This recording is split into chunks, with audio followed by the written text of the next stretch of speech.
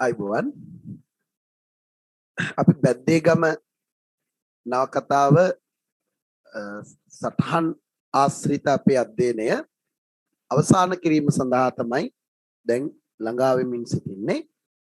එතනදී බැද්දේගමට සම්බන්ධව අපි කරපු සාකච්ඡාව පිළිබඳ යම් යම් කරුණු මගහැරුණු අය ඉන්නවා නම් ඒ අයට දැන ගැනීම සඳහා අපි මෙන්න මේවා තමයි කළා තියෙන්නේ බැද්දේගම සම්බන්ධයෙන්.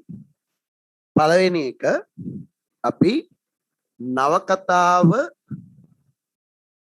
කවර ආකාරයක සාහිත්‍යාංගයක්ද කියන එක නිර්වචන ආශ්‍රයෙන් හඳුනා ගත්තා. ඊළඟට දෙක බැද්දේගම පරිච්ඡේද 10 බැද්දේගම පරිච්ඡේද 10ම සම්පූර්ණයෙන්ම අපි සමාලෝචනය කළා. මොකද්ද මේ කතාවේ සිද්ධ වෙන්නේ? ඊළඟට මොකද්ද වෙන්නේ? ඊළඟට මොකද්ද වෙන්නේ? මොනවද තියෙන චරිත? ඒ චරිත හා බැඳුණු අනෙකුත් චරිත මොනවද? යනාදී වශයෙන් පරිච්ඡේද 10ම පිළිබඳව කතා කළා. එතකොට ඒ සම්බන්ධයෙන් මම ඔයගලට නිබන්ධ දෙකක් සමහර අයට දීලා තියෙනවා. සමහර අයට මේ දෙකම එකතු කරපු එක නිබන්ධයක් දීලා තියෙනවා. ඊට අමතර වශයෙන් මේ පරිච්ඡේද 10 පිළිබඳ පරිපූර්ණ සමාලෝචනය සහ බැද්දේගමින් විමසිය හැකි සියලු ව්‍යුහගත රචනා ප්‍රශ්න වනපොතට ඇතුළත් කරලා තියෙනවා. ඒ අනුව මේක ආකාර දෙකකට ඔයගොල්ලෝ අතරපත් වෙලා තියෙනවා. එකක් පන්ති ටියුට් විදියට අනිත් එක වනපොත විදියට. මගේ අරලා තියෙනවා නම් ඒවා බලලා සම්පූර්ණ කරගන්න ඕනි කියලා මම මේ කියන්නේ. ඊළඟට අපි මේ නවකතාවේ චරිත හා අවස්ථා නිරූපණය පිළිබඳව අපේ අවධානය දෙන්න පටන් ගත්තා. ඒ අනුව අපි සිලිඳුගේ චරිතය පරිපූර්ණ වශයෙන් දීර්ඝ සාකච්ඡාවක යෙදුණා. ඊළඟට පුංචි මණිකාගේ චරිතය ඇතුළු කාන්තා චරිත පිළිබඳව අපි දීර්ඝ සාකච්ඡාවක යෙදුණා. ඊළඟට ආරච්චිගේ චරිතය පිළිබඳ අපි දීර්ඝ සාකච්ඡාවක යෙදුණා. එතකොට චරිත පිළිබඳව දීර්ඝ වශයෙන් යෙදෙන සාකච්ඡා මේ විශේෂයෙන් පුංචි මණිකා සහ සිලිඳුගේ චරිත මගින් පසු අවසන් වෙනවා. එතනින් පස්සේ අපිට තියෙනවා සාකච්ඡා කරන්න නවකතාවේ සම්පූර්ණ විකාශයට තුඩු දෙන චරිත, ප්‍රනාන්දුගේ චරිතය, ඒ වගේම පුංචිරාල සහ හින්නිහාමිගේ චරිත, ඒ වගේම අපිට කතා කරන්න අවශ්‍යයි නඩුකාරයාගේ චරිතය වැනි චරිතයකුත්, ඊළඟට අවශේෂ චරිත පිළිබඳ කිසියම් ඡේදයකුත්. ඒතර මෙන්න මේ කරුණු ටිකෙන් අපේ අධ්‍යයනය චරිත පිළිබඳ අධ්‍යයනය අවසන් වෙනවා. ඒ ටික අවසන් වෙනකොට අපිට පුළුවන් බැද්දේගම නවකතාකරුවාගේ දෘෂ්ටිය කුමක්ද කියන එක පිළිබඳ පූර්ණ අවධානයකට එන්න. බැද්දේගම නවකතාවේ නවකතාකරුවාගේ දෘෂ්ටිය පිළිබඳ අවධානයකට එන්න පුළුවන්. ඒක එන්න අපි අර චරිත ටික පිළිබඳව සාකච්ඡා කරන එක අවසන් කරලා ඉන්න ඕනේ. ඒක අවසන් කරන්නේ නැතුව අපිට දෘෂ්ටිය මෙන්න මේකයි කියලා කියන්න උදාහරණ ගන්න විදියක් නැහැ. ඊළඟට අපිට පුළුවන් නවකතාකරුවාගේ ශිල්පීය උපක්‍රම කෙරෙහි අවධානය දෙන්න. ඒ කියන්නේ භාෂාව භාවිත කිරීම, දෘෂ්ටි කෝණය, ඊළඟට පරිසර වර්ණනා, පසුබිම් වර්ණනා ඉදිරිපත් කරපු ආකාරය, කතා වින්‍යාසයේ ගොඩනැගීම, කතාව පිළිවෙලට ගොඩනගලා තියෙන ආකාරය වැනි අතිරේක කරුණු කෙරෙහි අවධානය දීමට පුළුවන්. ඒ අනුව අපි මේ වන විට සිටින්නේ මේ දීර්ඝ බැද්දේගම චාරිකාවේ දිගු ගමනක යෙදිලා ප්‍රනාන්දු චරිතය තමයි අද දවසේ අපි ප්‍රධාන වශයෙන් කතා කරන්නේ. මම හිතනවා ඒකට දීර්ඝ කලින් ඒව තරම් දීර්ඝ සටහනක් අපට එන්නේ නැහැ. ඒ නිසා අපට කිසියම් ආකාරයකට ඒක වඩා සාර්ථකව අවසන් කළා අනිත් කොටසකටත් අද යන්න පුළුවන් වෙයි කියලා. දැන් මම ටිකක් 8:00ට උනාට 9 වෙනකම්ම පන්තිය පටන් ගන්න නැතුව පොඩ්ඩක් බලන්නේ. ඔබ අතර ඉන්න ඇතැම් අයට උදේ 6 සිට 8 දක්වා පන්ති තියෙන බව සඳහන් කරලා තියෙන නිසා මේකේ කාටවත් පාඩුවක් සිද්ධ වෙන්නේ නැහැ. මොකද මේක වීඩියෝ ක්ලාස් එකක් විදිහට අඟහරුවාදා රාත්‍රියේ සහ බදාද රාත්‍රී 2022 කණ්ඩායමට නැවත බැලීමට පැය 10ක කාලයක් සකස් කරලා දීලා තියෙනවා. ඒ නිසා ඔයගලට මේ පාඩම් මගහැරෙන්න විදියක් නැහැ. ඕගොල්ලෝ අතින් සිදුවන යම් යම් අතපසුවීම් සහ මගහැරීම් මරුණාම ඊළඟට මම මෙතනදී ඔයගලට ලින්ක් එක සාමාන්‍ය පරිදි දාලා තිනවා ඕනි කෙනෙකුට සම්බන්ධ වෙන්න පුළුවන් විදිහට. මම හිතනවා අපිට ඊළඟ මාසය වගේ සමහර විට භෞතිකව පන්ති ආරම්භ කිරීමටත් අවස්ථාව ලැබෙන්න ඉඩ තියෙනවා. එතනදී අපිට වඩාත් මේ කරුණු අවසන් කරලා තබා ගැනීම වැදගත්. හේතුව දැන් අපිට 2022 කණ්ඩායම ගැන හිතුවොත් ඒගොල්ලගේ අවුරුදු 1 මාස 4ක කාලයක් දැන් අවසන් වෙලා තියෙනවා. හරි. එහෙමනම් අපි මේ වෙලාවේදී ආරම්භ කරමු. මූලික වශයෙන් කොහොමද ප්‍රනාන්දුගේ චරිතයට අපි ප්‍රවේශයක් ලබා ගන්නේ මේ කටයුතු මේ ලේඛනය සකස් කර ගැනීම සඳහා. එතෙන්දී මම ඔබට සටහන ලියන්න කලින් කිසියම් කෙටි පැහැදිලි කිරීමක් කිරීම සුදුසුයි කියලා හිතනවා. දැන් ඔයගලට පුළුවන් මම පොඩි වෙලාවක් දෙන්නම්. මේහා ආශ්‍රිතව කිසියම් විදියක මේ කතා කරපු දේවල් ආශ්‍රිතව මොනවාරි ගැටලුව ඔයගලට පැන නැගිලා තිබුණා නම් ඒ සම්බන්ධයෙන් කතා කිරීමටත් ඔයගලට අවස්ථාවක් දෙන්න පුළුවන්. දැන් උනත් දැන් සටහන් නෝට් මගහැරලා තියෙන අය සහ පාඩම් මගහැරිච්ච අය මේ වෙලාවේ කතා කරලා වැඩක් නැහැ. ඒගොල්ලෝ මට WhatsApp message එකක් දාලා තියන්න. ඒතර ඒගොල්ලන්ට මේ පාඩම් නැවත බැලීමට අවස්ථාව උදා වෙන ආකාරය මම පැහැදිලි කරන්නම්. එතකොට දැන් අපි 2022 කණ්ඩායමේ අය හැටියට බොහෝ විශේෂ කරුණු සාකච්ඡා කරලා තියෙනවා. මේ මාර්ගගත අධ්‍යාපන ක්‍රමයක් එක්ක යම් යම් අතපසුවීම් සමහර අයට සිදු වෙලා ඇති. නමුත් ඕගොල්ලෝ හරියට වැඩ කරනවා නම් අපි ඕගොල්ලන්ට ගොඩක් උදව් කරලා තියෙන බව ඕගොල්ලෝ දන්නවා. මොකද පුනරීක්ෂණ පාඨමාලාවට අදාළ පළවෙනි ප්‍රශ්නේ කෙටි ප්‍රශ්න 20 ඊළඟට 7 වෙනි ප්‍රශ්නය 4 වෙනි ප්‍රශ්නය කියන ප්‍රශ්න තුන මම ඔයගලට දැන් පේපර් 3ක් එවලා තියෙනවා. ඒ පේපර් මම සම්පූර්ණයෙන්ම ගෲප් එකට දාන්නේ. ඔයගොල්ලෝ මුදල් ගෙවලාද නැද්ද කිසි දෙයක් අපි බලන්නේ නැතුව. ඒ මොකද සියලු දෙනාම මේකට සම්බන්ධ කර ගැනීමට අවශ්‍ය නිසා නම් පාඩමට සම්බන්ධ වෙලා සාකච්ඡා කරන්න ආයතනික වශයෙන් ඔබ ඒකට සම්බන්ධ වෙනකොට ඒ අදාළ දේවල් කරලා තින්න වෙනවා. නමුත් ඔබ මේ වැඩපිළිවෙල හරියට කරගෙන යනවා නම් ඉතා විශාල දියුණුවක් විශේෂ සම්බන්ධයෙන් ඔබ තුළ හට ගන්නවා. මොකද එහෙනම් මේ වෙද්දි අපි හදලා තියෙනවා කෙටි ප්‍රශ්න 60ක්. මම කියන්නේ කලින් ඒවා ඔක්කොම අමතක කළා මේ මාසේ පුනරීක්ෂණ වල පටන් ගත්ත වැඩෙත් එක්ක කෙටි ප්‍රශ්න 60යි වාක්‍ය 45යි 7 වෙනි ප්‍රශ්නෙන් 3යි. ලොකු ටාගට් එකක්. තව ඒ වගේ පේපර් දෙකක් අපි කරනවා මේ වටේදී. ඒ නිසා ඔයගොල්ලෝ ඒවා මග අරගන්න නැතුව ඒක ලස්සනට කරගෙන එන්න. ඊට පස්සේ ඒකේ සාකච්ඡාව මේ සති පුනරීක්ෂණවලදී ඔයගලට බලන්න අවස්ථාව තියෙනවා. කීයක් හරිද කියලා. හොඳයි. මොනාරි ගැටලු තියෙනවා නම් අහන්න.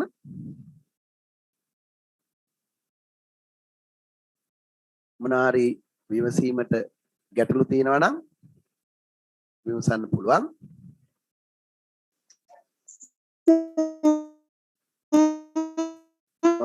වාගේ සද්ද පැහැදිලි නෑ. මං හිතන්නේ ඔයාට සිග්නල් අඩු ඇති.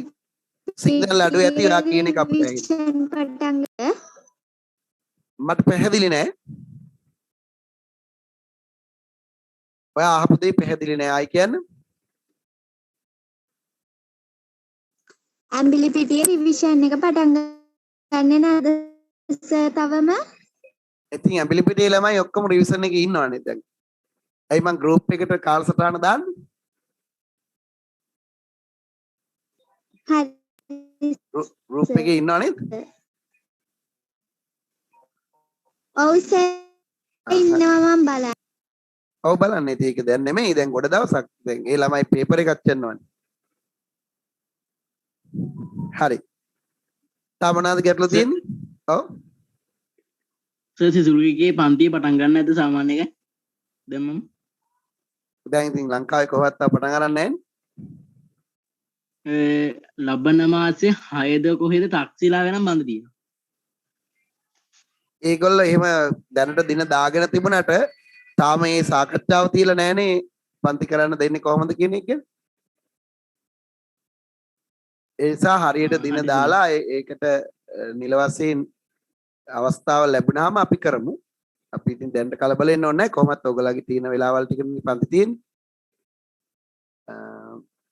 සාමාන්‍යයෙන් පන්ති පටන් ගන්න ආරම්භ කරපුවාම හැම ආයතන පටන් ගන්නකොට හැම ආයතනෙම භෞතික උපාධි පටන් ගයි. නමුත් මං හිතන්නේ මේ එළඹෙන සිකුරාදා දවසේ තමයි මේ සම්බන්ධ අවසාන සාකච්ඡාව තියෙන්නේ. මං ඒවයි ඉන්නවනේ. ඉතින් අර කලබල වෙලා එහෙම අපි දිනදි නියම කරගන්න පුළුවන් කාලයක නෙමෙයි ඉන්නේ. සහ අපිට කලබල වෙන්න අවශ්‍ය දෙයක්වත් නැහැ. පන්ති දැන් අපි කිමුකෝ අදරෑ කිව්වා කියලා හෙට ඉඳන් පුළුවන් කියලා. එතකොට අපි අනිද්දාට පටන් ගන්නවා. හරිනේ? සර් ඒ වගේම ඔන්ලයින් එකත් යනවා. ඔව් කියන්නේ. සද්ධර්ම රත්නාවලියේ මේ පුනරීක්ෂණ ටියුට් එක කරාද? සද්ධර්ම රත්නාවලී පුනරීක්ෂණ ටියුට් එකේ පළවෙනි ව්‍යුහගත රචනා ප්‍රශ්නයකට පිළිතුරු ලිවීම කියන එක කළා. ඒක කළා ඊට පස්සේ ඔයගලට මම ප්‍රශ්න 20ක් විතර දීලා තියෙනවා. ඊට පස්සේ ඔයගලට ඒකට අවශ්‍ය කරන සියලුම සිද්ධාන්ත තොරතුරු ටික සිද්ධාන්ත පන්තිත් දීලා තියෙනවා. ඊළඟට ළමයි අර ප්‍රශ්න බලා තමන්ට පුළුවන් විදිහට ලියලියා දැම්මට යොමින් ඉන්නවා. ඒ ප්‍රශ්න වලට උත්තර දැන් සිංහල වල ප්‍රශ්න වලට උත්තරේ දෙන්නේ නැහනේ. උත්තරේ දුන්නොත් ඔයා ෆේල් වෙනවා. ඒ නිසා ඔයාට මම කියා දීලා තියෙනවා සද්ධර්ම රත්නාවලී ප්‍රශ්නයකට උත්තර ලියන හැටි. ඒ කියන්නේ මේ ටියුට් එකේ පළවෙනි පාඩම කළා. ඒක මම ගෑරලා තියෙනවා මට ආයි වීඩියෝ වලට දාන්න පුළුවන්. ඒක කළා එතෙන්දි මම කියා දුන්නා මෙන්න මේමයි පළවෙනි ඡේදය ලියන්න, මේමයි දෙවෙනි ඡේදය ලියන්න, මේමයි තුන්වෙනි එක, මේමයි හතරවෙනි එක. මෙන්න මේ විදිහට තමයි උත්තරේ අවසන් කරන්නේ. මෙන්න මේ විදිහට උදාහරණ ගන්න. මේ විදිහට කාලය කළමනාකරණය වෙයි කියලා තියෙනවා. එතකොට මේ පළවෙනි ප්‍රශ්නේ ගැන. එතකොට දෙවෙනි ප්‍රශ්නේ ඒකේ තියෙනවා. සහ දෙවෙනි ප්‍රශ්නේ බලලා ඊළඟට ඕගොල්ලෝ ගොඩක් ළමයි ලියලා ඉවරලා තිබුණා. උත්සාහ කළා තියෙනවා ඒක ලියාගෙන යන්න. එහෙම ඕගොල්ලෝ තනියම උත්තර අවම වශයෙන් 10ක් විතර ලියයි කියන එකේ තමයි මම දැන් මේ ඉන්නේ. ඊට පස්සේ අපි මේ උත්තරවල තව අටේකදී සාමාන්‍යයෙන් භෞතික පන්ති ආරම්භ වුණාට පස්සේ කියන්නේ ඉදිරි මාසේ මැද හෝ දෙසැම්බර් වලදී මම ඒක සජීවී පන්ති කාමරයක් අස්සෙදී නැවත ඔයගොල්ලෝව ලියවීමට අපේක්ෂා කරනවා. ඒ නිසා මම ඒකට දැන් වැඩි කලබලයක් දාලා නැහැ. හැබැයි ක්‍රමවේදය කියා දීලා තියෙනවා. ඒක ඔයා ඒ පාඩමට හිටියේ නැද්ද? නෑ සර්. ඒක තමයි. ඔයා රත්නපුරේද? ඇඹිලිපිටියේ. ඇඹිලිපිටියේ. වීඩියෝ ක්ලාස් එකක් ඔයාට මම ගෑරලා තියෙම නම් ඒකේ. එතකොට මට පුළුවන් මේ පාඩම මේ ඉදිරියට එන පුනරීක්ෂණ දවසකදී දාන්න. ඒක පැය දෙකක වගේ පාඩමක් අපිට පැය 10ක් තියෙනවනේ. ඒතර බලන්න පුළුවන්. ඒකෙදි මම ඒ කියන්නේ දැන් සිංහල වල විදිය තමයි ප්‍රශ්න 10ක් තිබුණාම ප්‍රශ්න 10ටම උත්තර ගුරුවරයා දෙන්නේ නැහැ. දුන්නොත් ළමයා ෆේල් වෙනවා. ඒවන් දන්න නිසා කියන්නේ. ළමයාට හැබැයි මුලින්ම ලේසි කියලා හිතෙන්නේ සර් උත්තර 10ම දෙනවා නම්. හැබැයි මුලින් ලේසි කියලා හිතුවට විභාගෙට ගියාම එයා අසමත් වෙනවා. අනිවාර්යයෙන්ම ෆේල් වෙනවා. ඒ ස්ථිරවම ෆේල් වෙනවා. ඒ නිසා උත්තර 10ක් ලියන්න තියෙනවා නම් ගුරුවරයා එකක් තමයි කියා දෙන්නේ. ඒ කියා දීපු දේ ඇසුරු කරගෙන ඉතුරු 9ට පිළිතුරු ලිවීම ශිෂ්‍යයා තමයි කරන්නේ. එතකොට 11 වෙනි එකට එයාට හොඳට ලියන්න පුළුවන් වෙනවා. ඉතින් පළවෙනි පාඩම මගේ අරනවා නම් ඔයා කියනවා වගේ ඔයාට ව්‍යාකූලත්වයක් තියෙන්න පුළුවන්. ඒ නිසා ඒකට මම අවශ්‍ය මාර්ගය සකස් කරලා දෙන්නම්. හරි නේද? මම හිතන්නේ ප්‍රශ්න 20ක් වගේ මම දීලා ඇති. ඒකේ ප්‍රශ්න හදන තේමා, ඒ තේමා වලට ගොනු වෙන කරුණු, අර අපේ ගීතේ කොහොමද පාවිච්චි කරන්නේ මේ වගේ දේවල්. ඒ පාඩම තියෙනවා මං ගාව. මම ඒක ඔයගලට බලන්න සලස්සන්න. සහ කොහොමත් ආපහු අපි භෞතිකව පන්ති ආරම්භ කරපාම එක වටයක් ওই ටික නැවත මතක් කරන්න ඕනි. ඔය පුනරීක්ෂණ වැඩසටහන නැවත මුල ඉඳන්. තා මොනවාද ගැටලු තියෙන්නේ?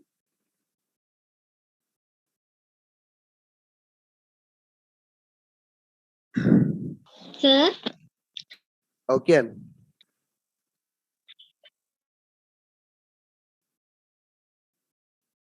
කොහන්නේ? සර් ඔව්. සර් ඒ වීඩියෝ බලන්නේ කොහොමද සර්? දැන් සර් ඒ ඔයාගේ වීඩියෝ බලන්නේ ඔයා ක්ලාස් එක කොහෙද? කොහොමද? ක්ලාස් එක කොහෙද ඔයාගේ?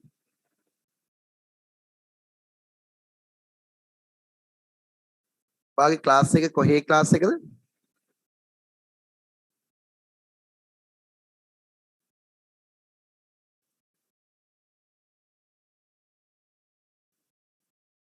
ඔයාගේ ක්ලාස් එක කොහෙද?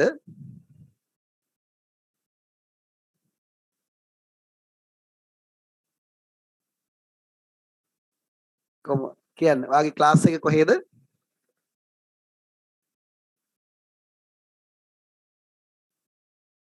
හරි. පස්සේ කතා කරන්න ඔය සිග්නල් ආවම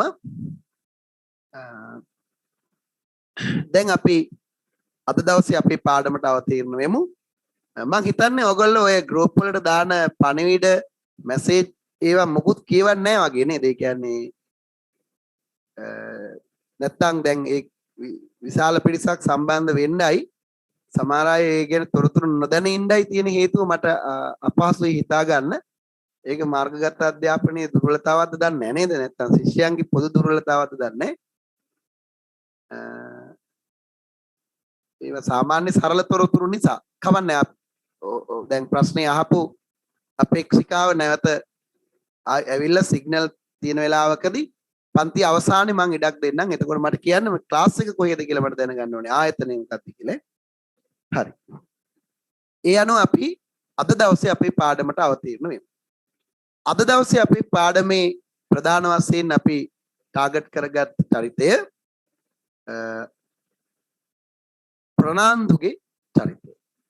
දැන් ඔයගොල්ලෝ නිකමට හිතන්න නවකතාවක ප්‍රධාන සිද්ධාන්තයක් තමයි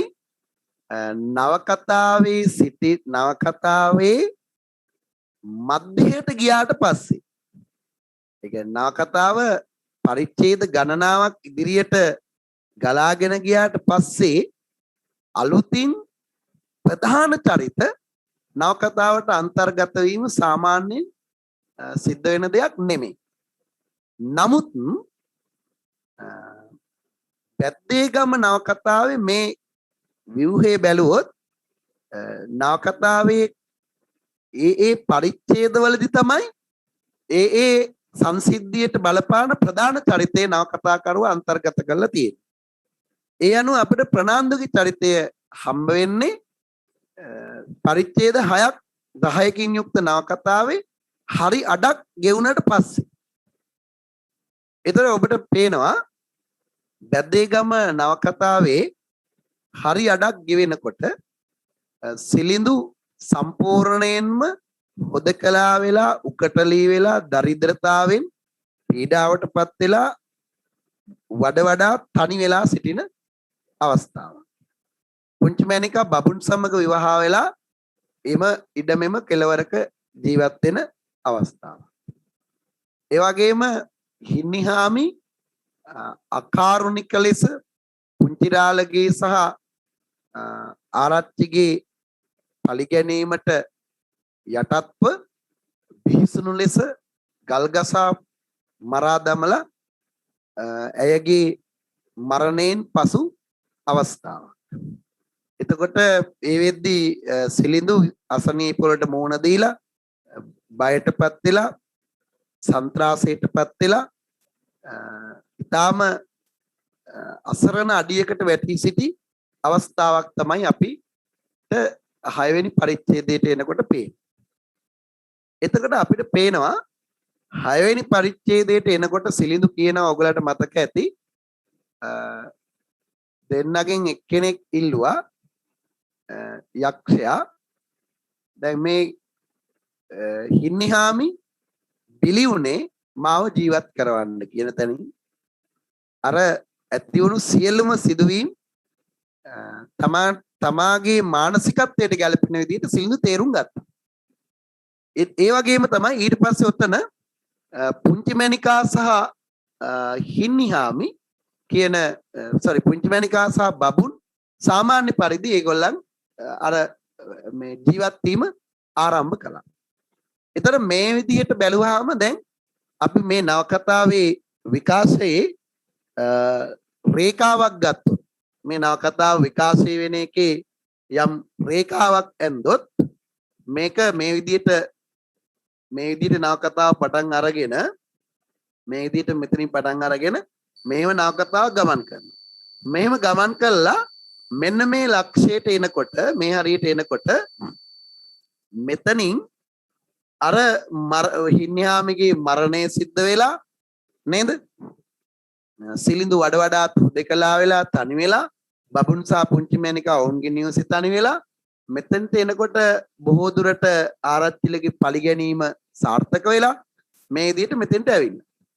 ඒතර කතාවට දැන් මෙතනින් ඉස්සරහට ගලාගෙන යාමට ශක්තිමත් අවස්ථා ශක්තිමත් සිදුවීම් මාලාවක් නැහැ. කතාව නිකන් බොහොම ඒකාකාරී වෙන්න පුළුවන් මෙතනින් එහාට. තේරුණාද? එතකොට ඔයා නිකමට හිතලා බලන්න කතාව ගැන මෙන්න මෙතෙන්ට තමයි කතුවරයා ගෙනල්ලා දාන්නේ ප්‍රනාන්දුව. ගෙනල්ලා ප්‍රනාන්දුව අඳුන්වනවා මෙන්න මෙහෙම කෙනෙක්, මෙයා මෙහෙම කෙනෙක්, මෙයා මෙහෙම කෙනෙක්. ඊළඟට ප්‍රනාන්දු කොහමද මේ ගමේ ව්‍යුහයට සම්බන්ධ වෙලා මේ ගමේ සිටින මෙන්න මෙතන මේ නිස්කලංක ජීවිතයකට හුරු වෙමින් සිටිය පුංචි මැනිකාව Tamanගේ ග්‍රහණයට නතු කරගන්නේ. ගැනීමට උත්සාහ දරන්නේ. අන්න ඒ සිද්ධියත් එක්ක හටගන්න සිදුවීම් තමයි එතනින් ඉස්සරහට නවකතාවේ අවසානයේ දක්වාම. ඒ අනුව ඔබට පේනවා ප්‍රනාන්දුගේ චරිතය බැද්දේගම නවකතාවේ කතා විකාශනයේ හැරවුම් ලක්ෂයක් තියෙනවා. නේද? නැත්තම් නවකතාව එතනින් නතර වෙන්න පුළුවන්. එහෙම නැතුව දිගට ලියාගෙන ගියා නම් සිලිඳු දුක් විඳින විදිය, කනගාටු වෙන විදිය දිගට ලියාගෙන ගියා නම් එසේ දිගට ඒක ලියාගෙන යන එක ඔබට හිතන්න බැරි තරමට නීරස අත්දැකීමක් බවට පත් වෙනවා. ඒ නිසා මෙතෙන්ට ගෙනාවා ප්‍රනාන්දු. ගෙනාවට පස්සේ ප්‍රනාන්දුගේ ගති ලක්ෂණ වලට අනුව පුංචි මැනිකාව ලබා ගැනීමට දරපු උත්සාහයත් එක්ක නැවත සිලිඳු බබුන් ආරච්චි අතර ගැටුම් හට ගැනීම ආරම්භ වුණා. එහි ප්‍රතිඵලයක් හැටියට එහි උපක්‍රමයේ එක කොටසක් හැටියට තමයි සිලිඳු සිරගත වෙන්න මේ බබුන් සිරගත වෙලා අකාලේ මිය යන්නේ. ඔබ දන්නවා මේ සිද්ධි. ඒතර මේ සිද්ධි හැම එකකම මූල චරිතය වෙන්නේ ප්‍රනාන්දු. ප්‍රනාන්දු ආවට පස්සේ තමයි මේ සංසිද්ධි සිදු වෙන්නේ. ඒ නිසා ඔබ මතක තියාගන්න ප්‍රනාන්දුගේ චරිතය බැද්දේගම නවකතාවේ 6 වෙනි පරිච්ඡේදයේ පස්සේ වගේ ඇතුළත් වුණත් ඒක නවකතාවේ කේන්ද්‍රීය චරිතයක් ලෙස නවකතාකරුව පාවිච්චි කරනවා ඔහුට ප්‍රකාශ කිරීමට අවශ්‍ය දේ ප්‍රකාශ කිරීම සඳහා. හොඳයි. එවනම් අපි සටහනට ප්‍රවේශ වෙමු. මම හිතන්නේ අපි ගිය සතියේ සටහන අවසන් කළා. ඒ සටහන අවසන් කළ තැනින් මාතෘකාවක් දාලා පටන් ගන්න. ප්‍රනාන්දුගේ චරිතය. ප්‍රනාන්දුගේ චරිතය. ප්‍රනාන්දුගේ චරිතය.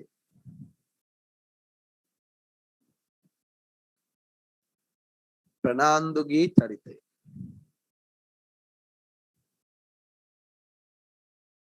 ප්‍රනාන්දුගේ චරිතය.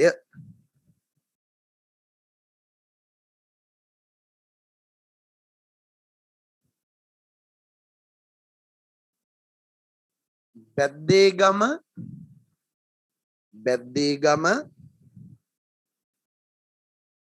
නවකතාවෙහි බැද්දේගම නවකතාවෙහි විකාශයට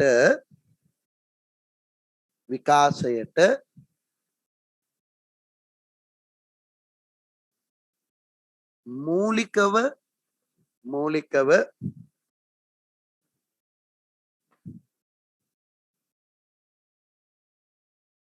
අත්‍යවශ්‍ය වන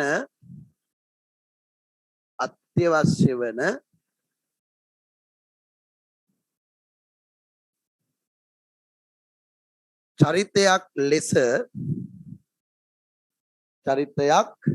ලෙස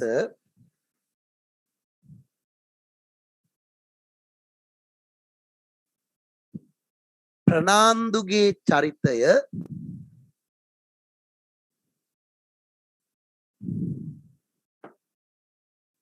වටහාගත යුතුය. ප්‍රනාන්දුගේ චරිතය වටහාගත යුතුය. අත්‍යවශ්‍ය චරිතයක් ලෙස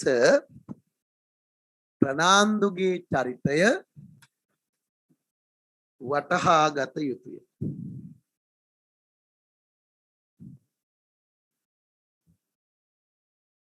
අත්‍යවශ්‍ය චරිතයක් ලෙස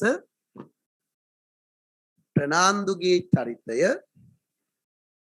වටහාගත යුතුය.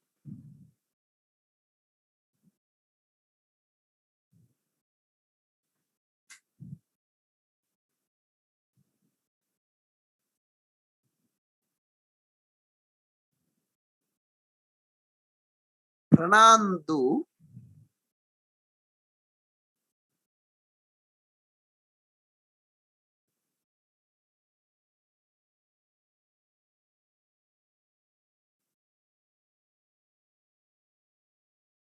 නවකතාවට සම්බන්ධ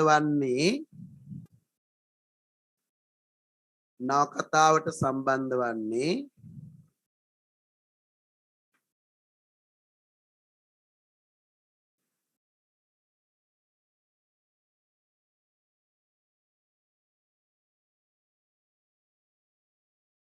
Recording in progress.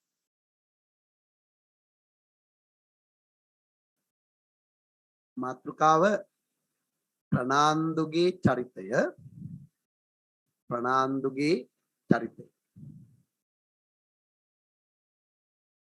මම දැන් රෙකෝඩින් දැම්මේ. ඒ නිසා කවුරු හරි මට පොඩ්ඩක් කියන්න මුලින් කියපු වාක්‍යය.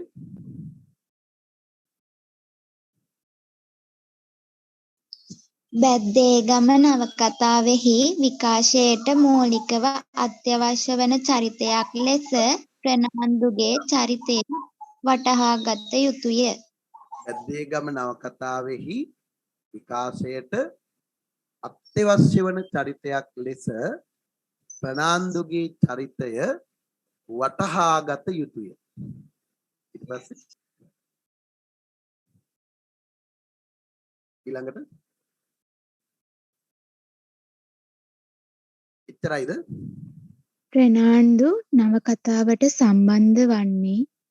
ප්‍රනාන්දු නවකතාවට සම්බන්ධ වන්නේ කැමරාව ඔන් කරගන්න කීප දෙනෙක්. ප්‍රනාන්දු නවකතාවට සම්බන්ධ වන්නේ නවකතාවෙහි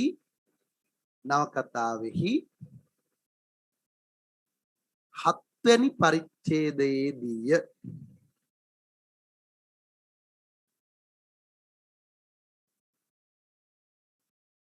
එහෙත්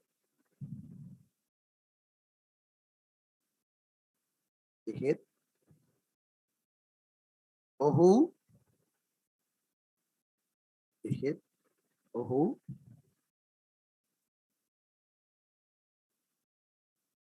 කතාවෙහි ප්‍රධාන චරිතයක් කැමරාව ඔන් කරගන්න කීප දෙනෙක්.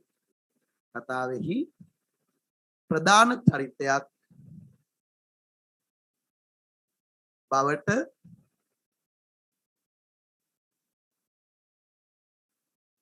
පත්ව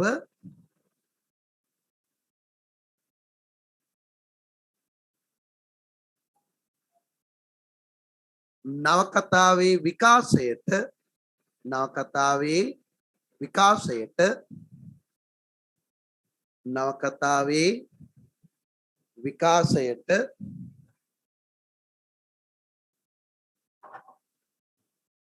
අවකාශ සලසයි. නවකතාවේ විකාශයට අවකාශ සලසයි.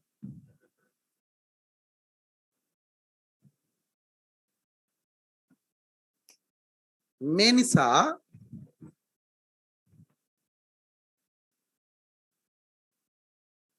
නිසා බැද්දේගම නවකතාවෙහි බැද්දේගම නවකතාවෙහි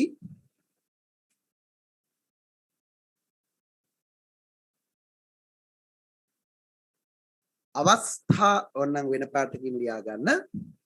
බැද්දේගම නවකතාවෙහි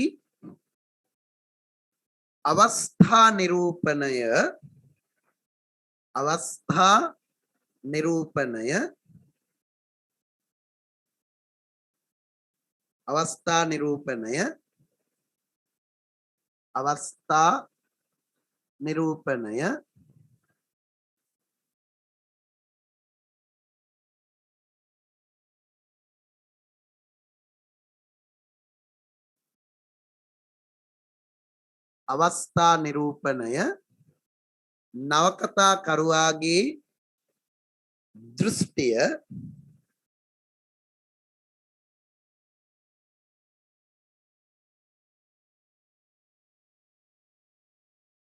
චරිත නිරූපණය හා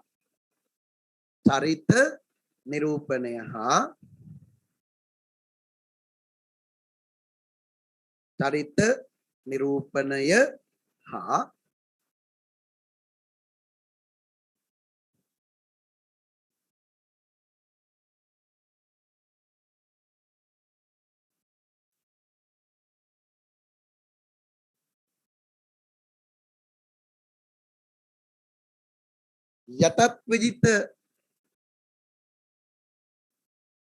ලංකාවේ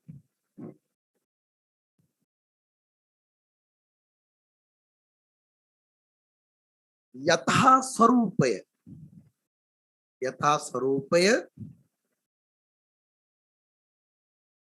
විදහා දැක්වීම සඳහා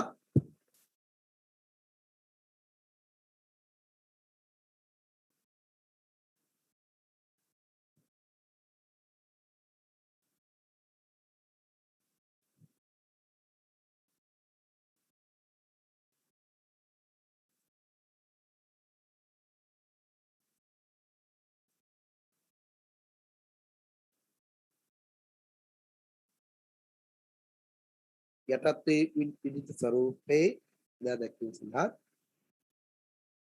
එවක ගැමි ජනතාවගේ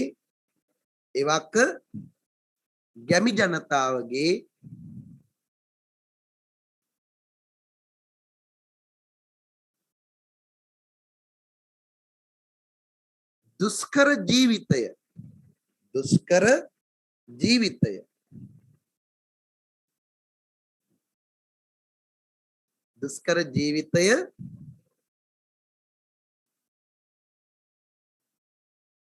අනාවරණය කිරීම සඳහා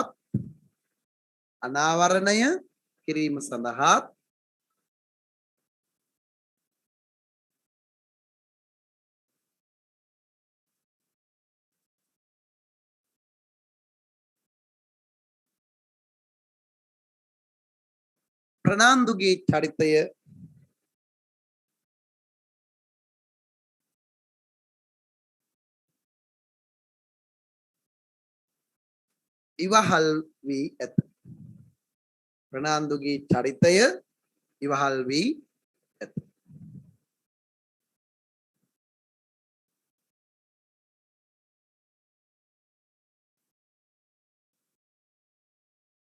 උද්ෘතයක් ලියන්න.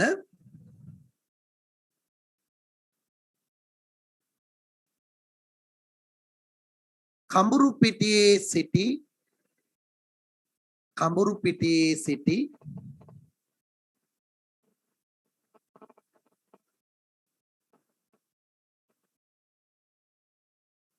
ප්‍රනාන්දු නම් තැනැත්තෙක්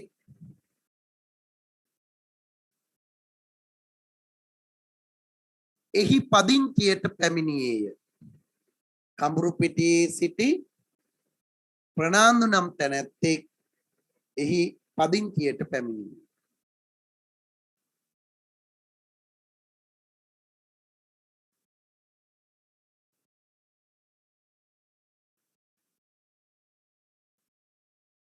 ඔහු හා ගම්මුන් අතර ඔහු හා ගම්මුන් අතර බොහෝ ගනුදෙනු තිබුණේ.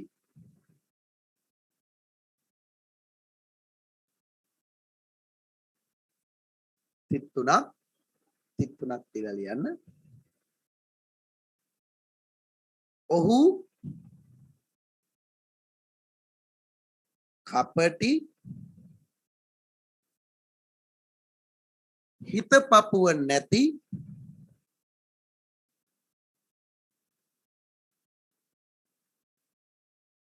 නියම නාගරිකයෙකි.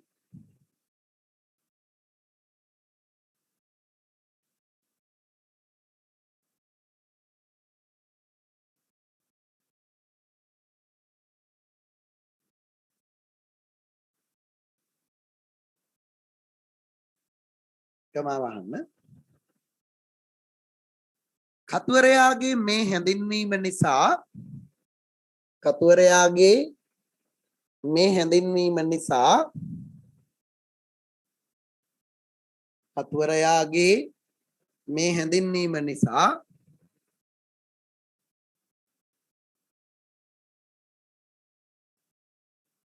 කතුවරයාගේ මේ හැඳින්වීම නිසා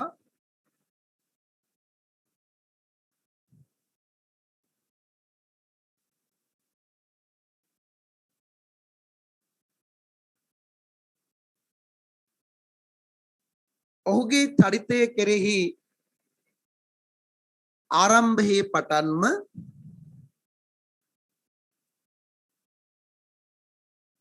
හටගන්නේ ආරම්භයේ පටන්ම හටගන්නේ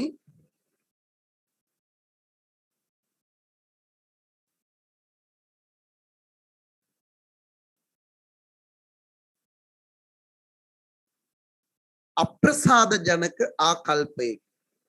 නැත්නම් අප්‍රසාදයකි. හටගන්නේ අප්‍රසාදයකි.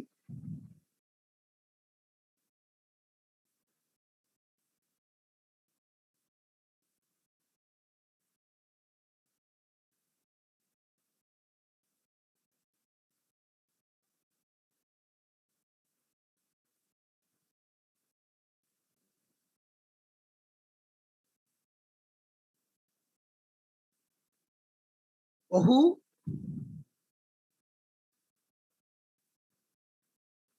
පොලියට ණයට මුදල් දීම මගින්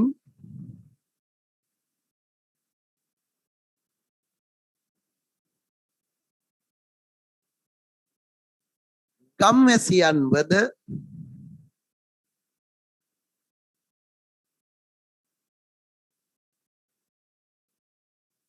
විශේෂයෙන්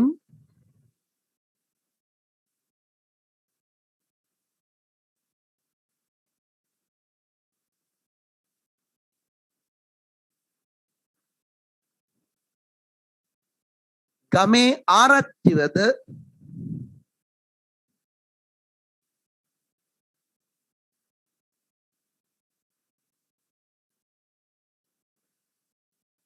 සිය ග්‍රහණයට ගැනීමට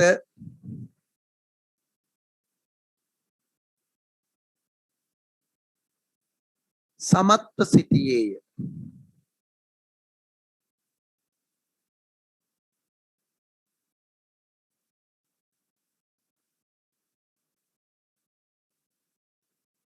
ඔහු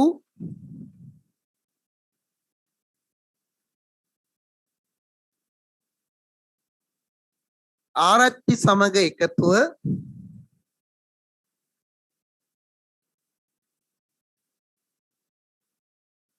ගම්වැසියන්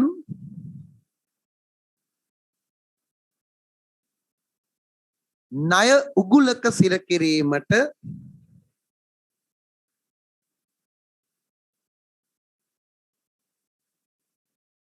සමත් විය.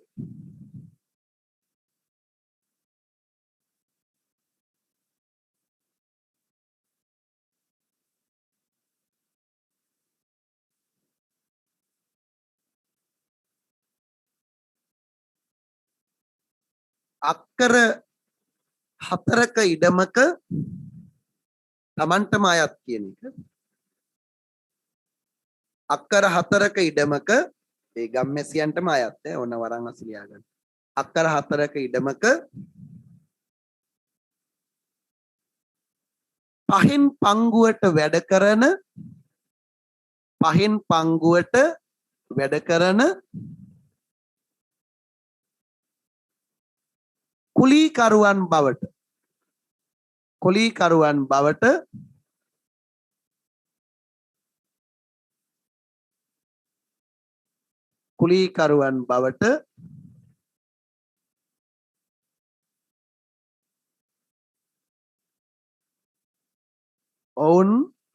ඔවුන්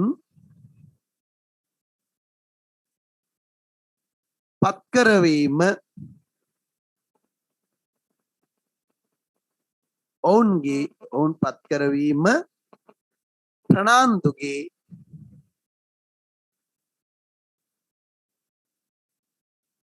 වැඩපිළිවෙල විය.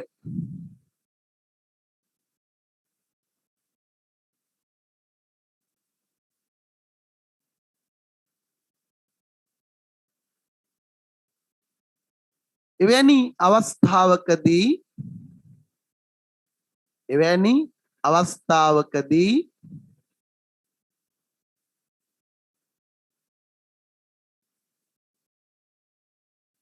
ගම්මැසියන්ට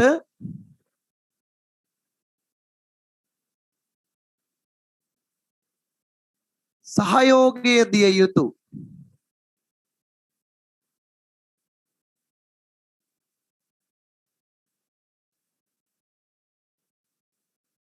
ආරච්චි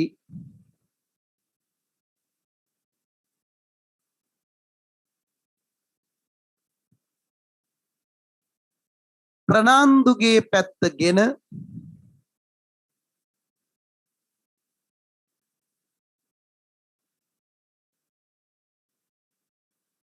ගම්මැසියන්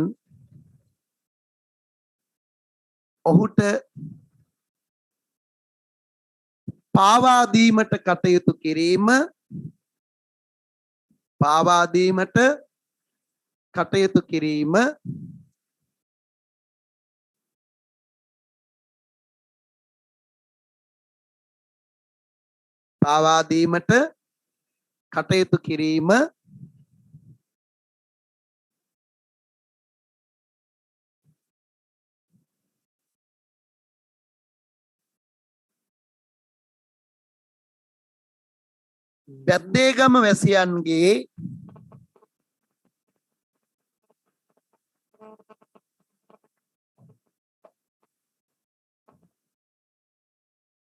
බැද්දේගම වැසියන්ගේ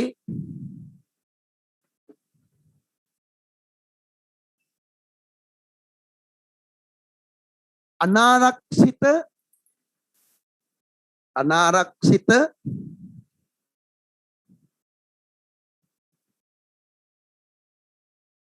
ජීවන ඛේදවාචකයෙහි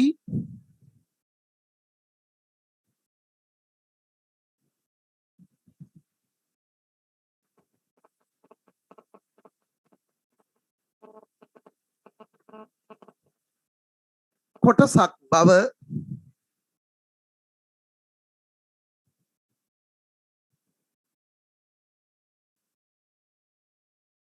පෙන්වා දිය හැකිය.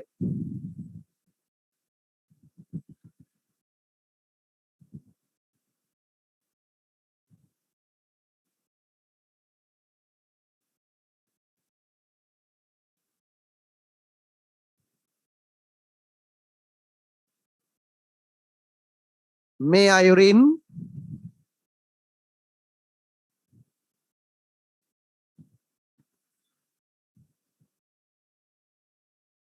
ගම්මැසියන්ගේ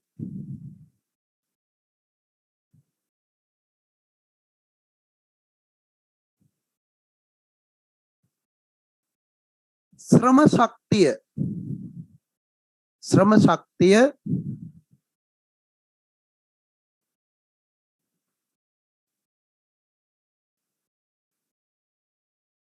සූරා ගැනීම කෙරෙහිම සූරා ගැනීම කෙරෙහිම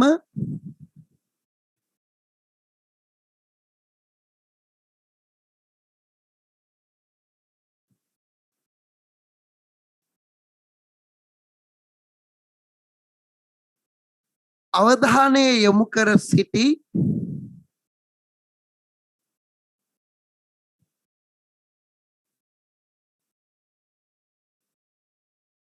ප්‍රනාන්දුගේ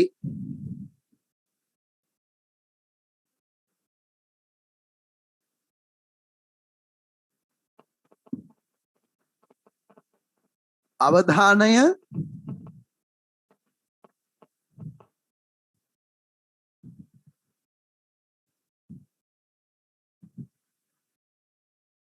වෙනතකට හැරෙන්නේ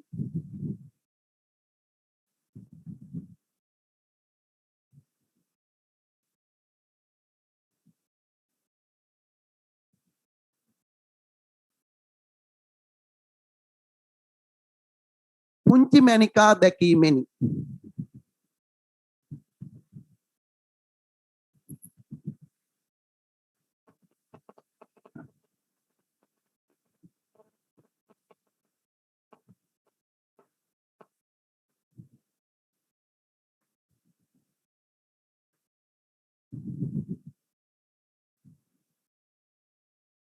ඇය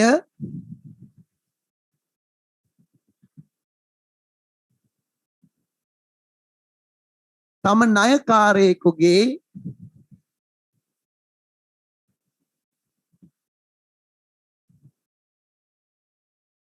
බිරිඳ බව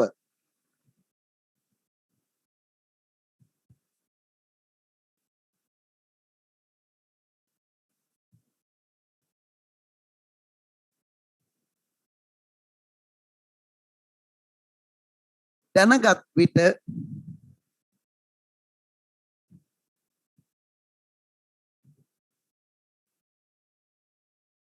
ඔහු ඒ කෙරෙහි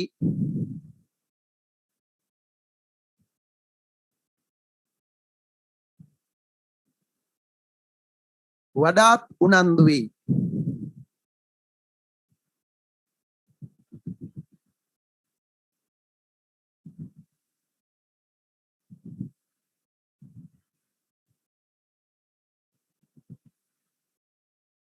තමාගේ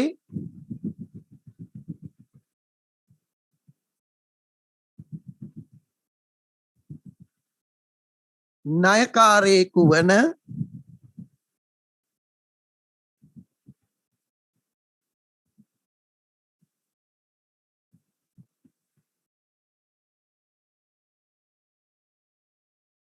අමු පිටිහරයෙකුගේ තමාගේ ණයකාරයෙකු වන අමු පිටිහරයෙකුගේ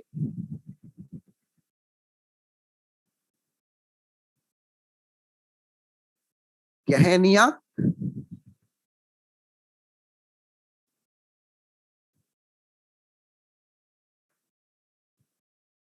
තමාට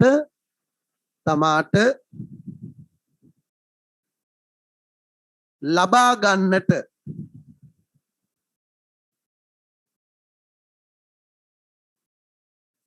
බැරිවනසේ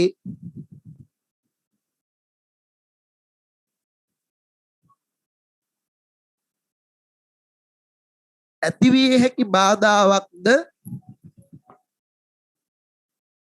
ඇතිවිය හැකි බාධාවක්ද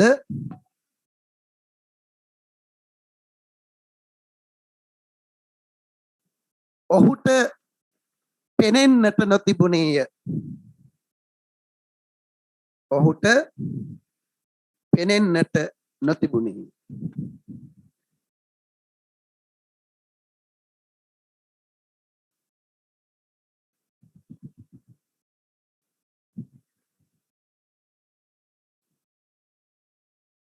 ඔහු මේ අවස්ථාවේදී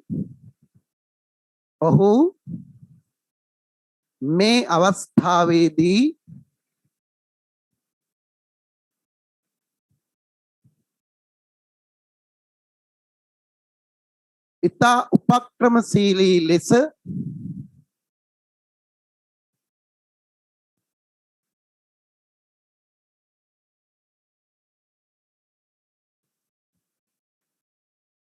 බබුන්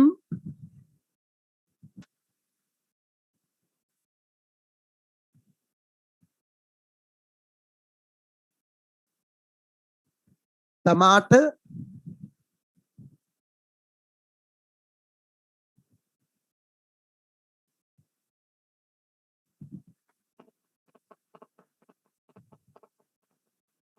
යටත් කර ගැනීමට ක්‍රියා කරයි.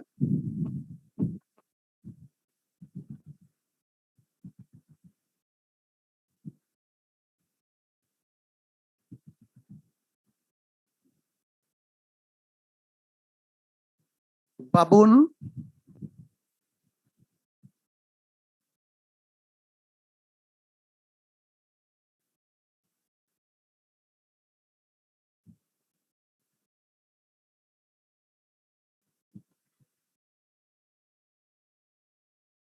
මෙම ගම්මානයෙහි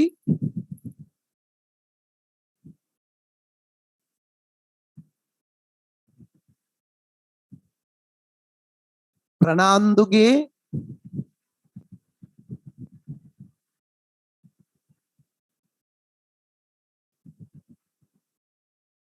සහායකයා ලෙස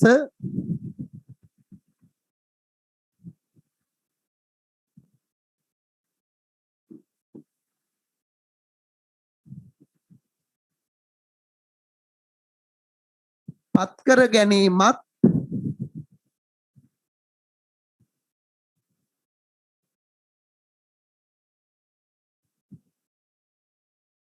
ඒ සඳහා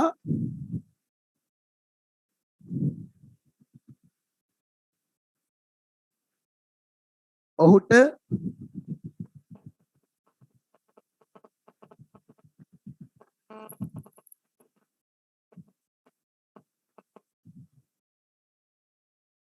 අතිරේක ප්‍රතිලාභ ලබා දීමත්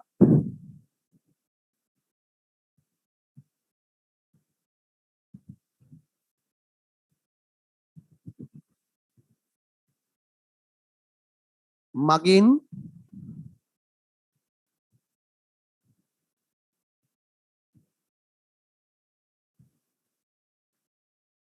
තමාට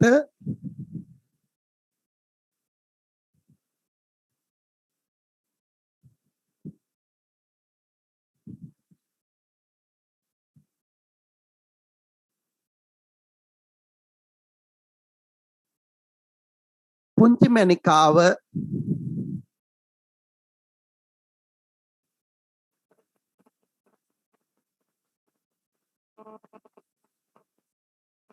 අත්පත් කර ගැනීමට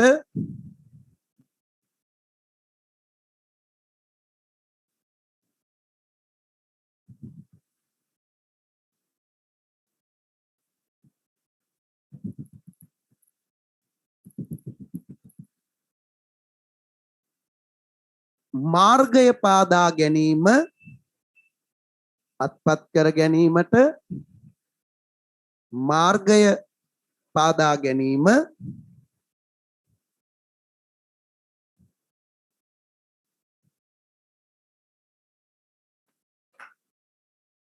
ප්‍රනාන්දුගේ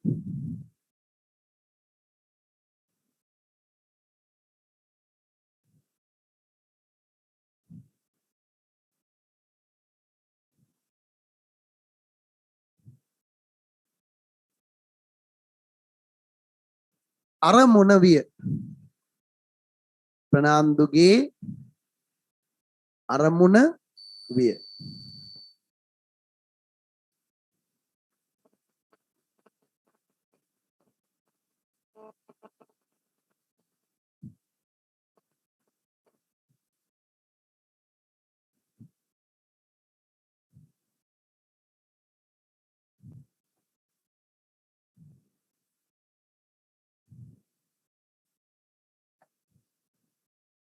මෙම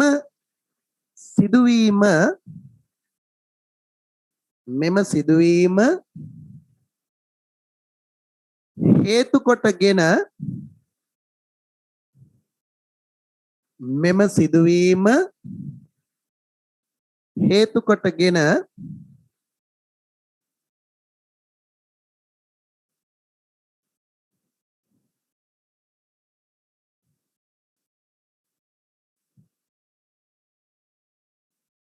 ප්‍රනාන්දුගේ චරිතය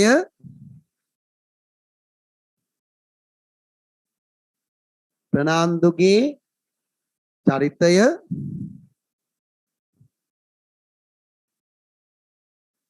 තවදුරටත්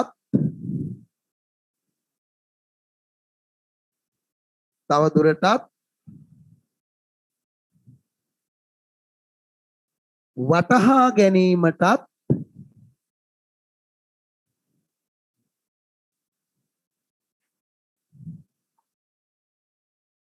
ගම්වැසියන්ගේ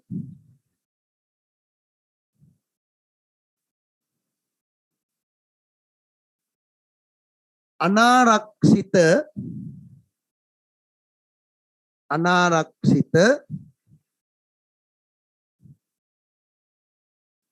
ජීවිතය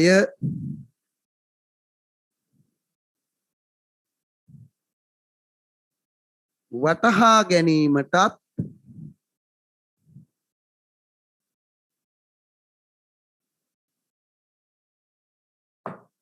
අවස්ථාව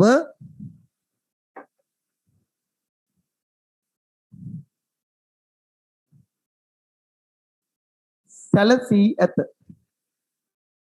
අවස්ථාව සැලසී ඇත.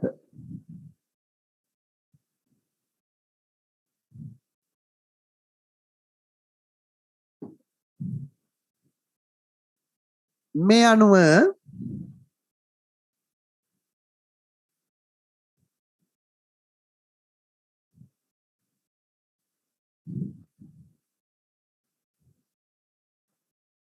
ප්‍රනාන්දුගේ චරිතය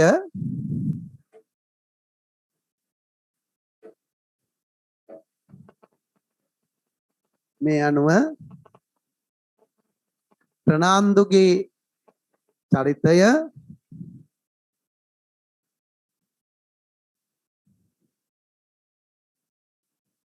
නවකතාව අවසානයේහි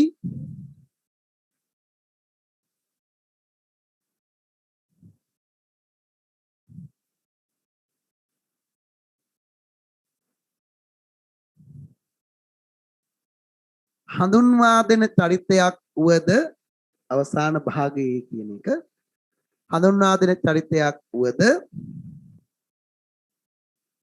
එය මනවින්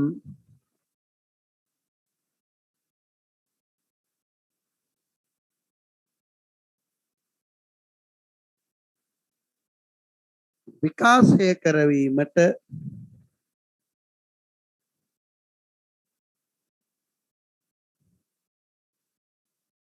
කතුවරයාට ඉඩ ලැබුණි.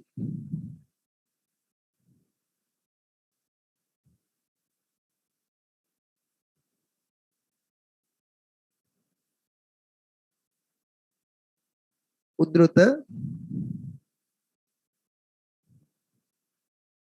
ඔන්න ඉතින් බලන්ඩ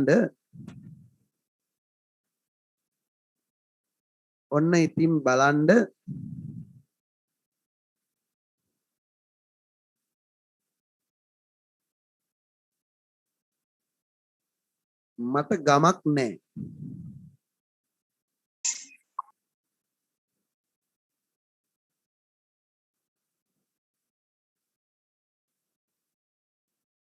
හැමදාම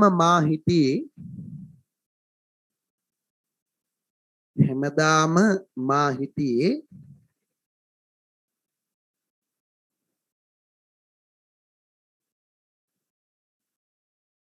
නාඳුනන මිනිස්සුත් එක්ක.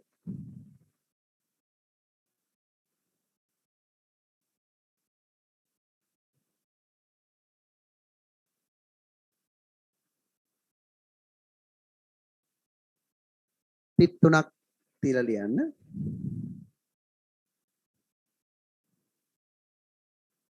අල්ලපු ගමට ගිහින්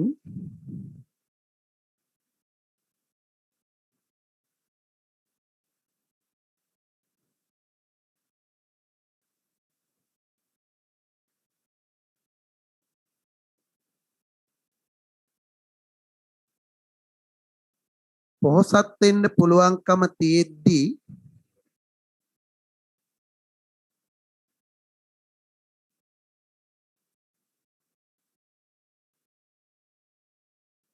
උපන් ගමේ කියලා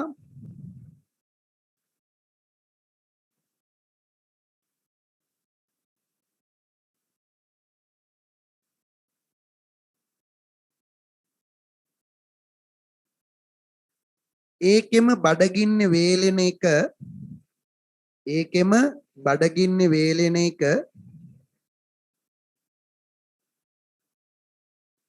මොන මෝඩ කමක්ද?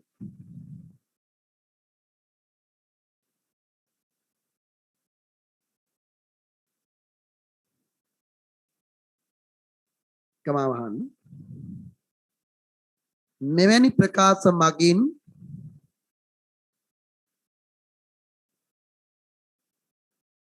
ප්‍රනාන්දු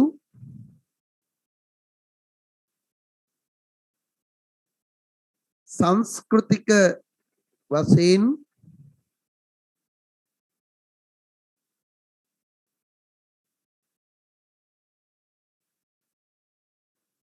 බැඳීම් වලින් තොර වූ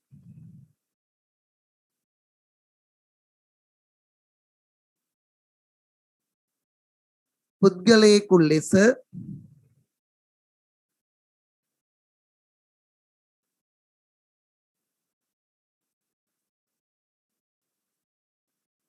නිරූපණය වන බව කිව හැකිය.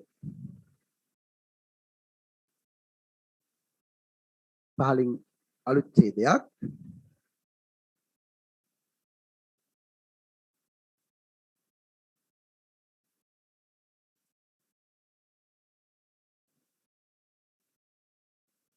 යටත් විජිත වෙන පාටකින් ලිව්වට කමන්නේ යටත් විජිත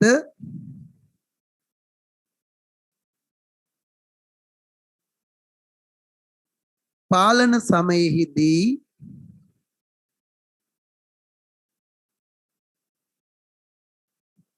ප්‍රනාන්දු වැනි චරිත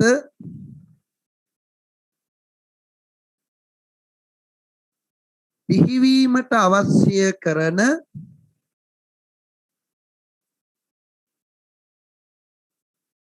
පසුබිම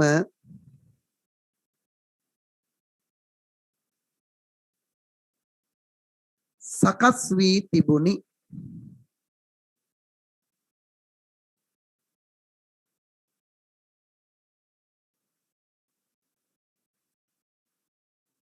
ගමක් හෝ නගරයක් හෝ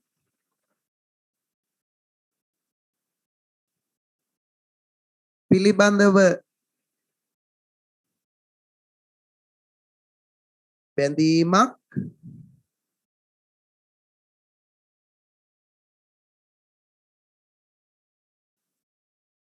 නොමැතිව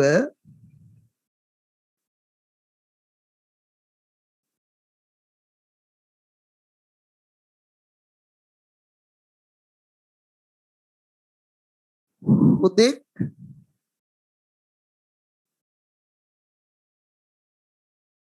ආත්මාර්ථය උදෙසාම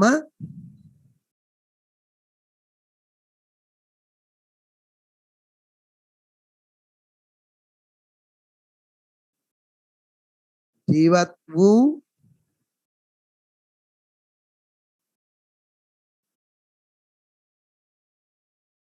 ඒ වෙනුවෙන්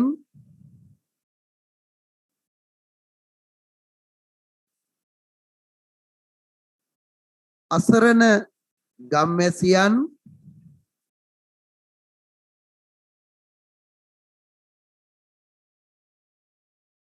ඕනෑම විපතක හෙළීමට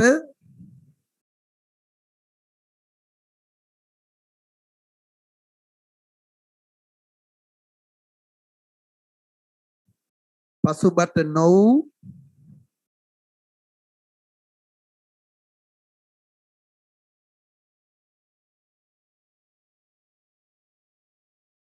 මෙවැනි චරිත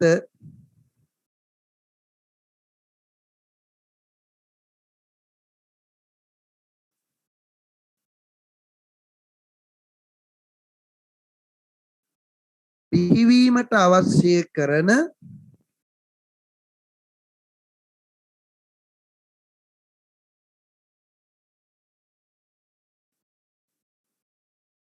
ආර්ථික සංස්කෘතික හා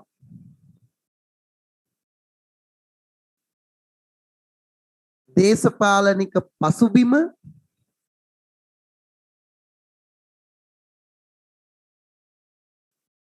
යටත් විජිත සමයේදී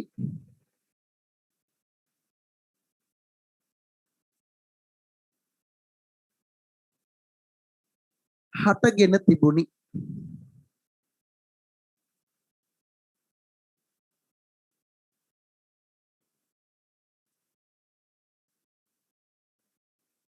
ප්‍රනාන්දු පාලින් ලියන්න. ප්‍රනාන්දු තම අදහස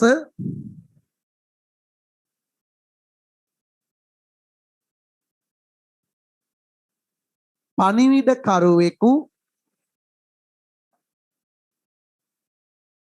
අතෙහි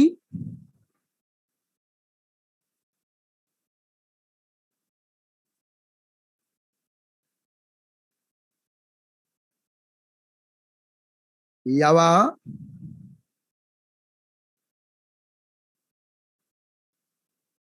ඊට ලැබුණු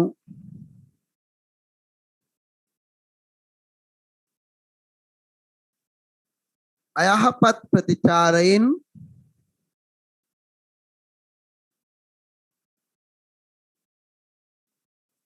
සිය අදහස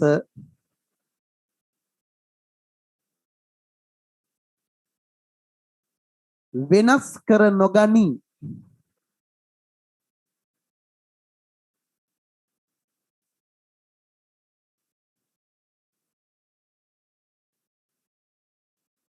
ඒ වෙනුවට ඔහු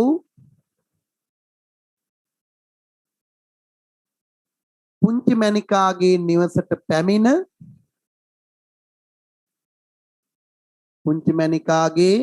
නිවසට පැමිණ ඇයව පොළඹවා ගැනීමට උත්සාහ කරයි.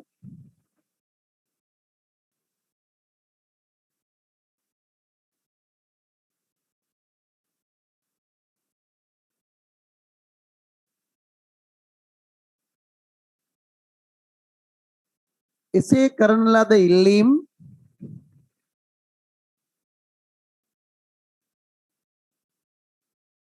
ප්‍රතික්ෂේප කරන විට ඔහු තදබල ලෙස කෝපයට පත්වෙයි.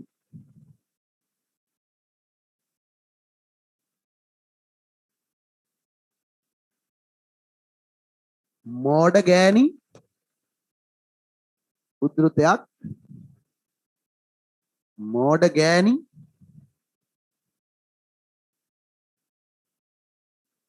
උඹ ඔතන මී දෙනක් වගේ මන් දිහා බලාගෙන ඉන්නේ මොකද?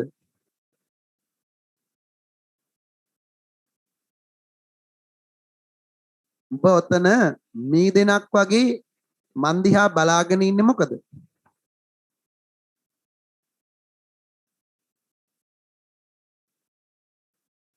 උඹේ මිනිහා ගෙදර ආවම කියපන්. උඹේ මිනිහා ගෙදර ආවම කියපන් මං ඇවිදින් මෙහෙම කියලා ගියායි කියලා. ගෙදර ආවම කියපන් මං ඇවිදින් මෙහෙම කියලා ගියායි කියලා.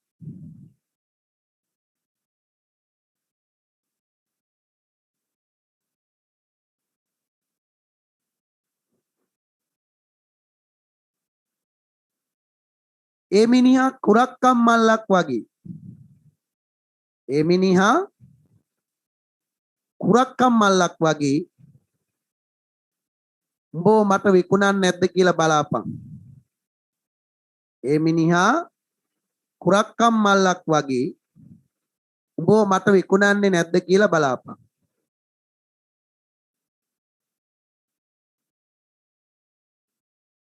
එහෙම නොකළොත්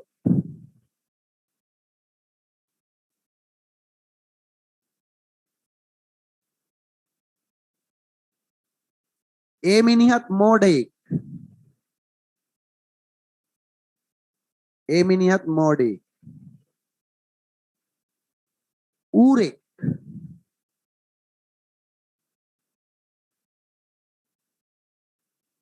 බල්ලෙක්. ඒ මිනිහත් මෝඩයෙක්, ඌරෙක්, බල්ලෙක්.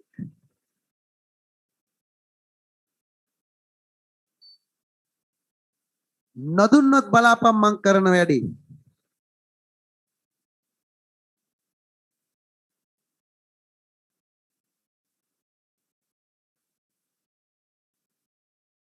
පිටුණක්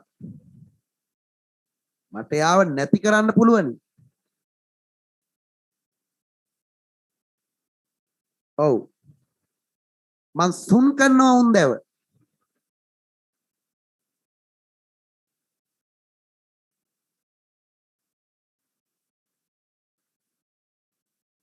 ඔහුගේ මෙම හැසිරීම නේද එකමාව අහලා.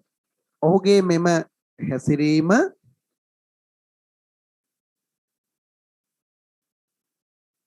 අසරණ ගම්මැසියන්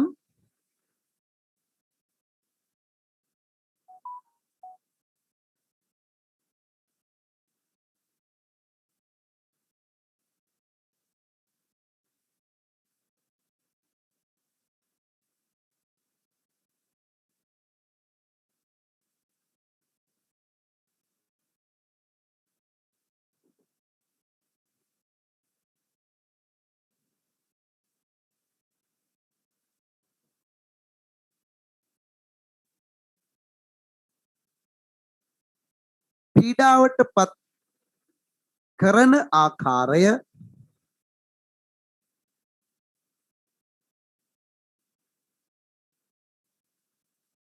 වටහා ගත හැකි අවස්ථාවකි.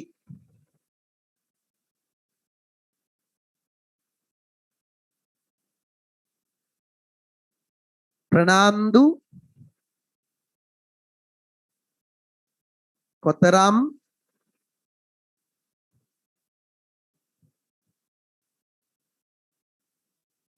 කපටි පුද්ගලයෙකුද යත්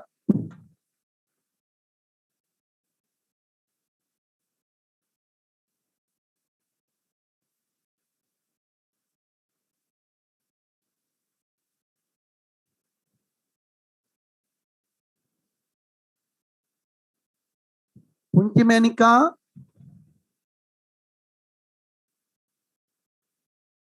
තමාට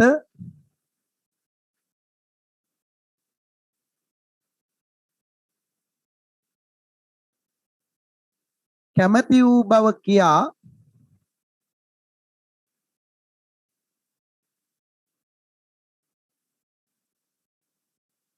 ආරච්චිවද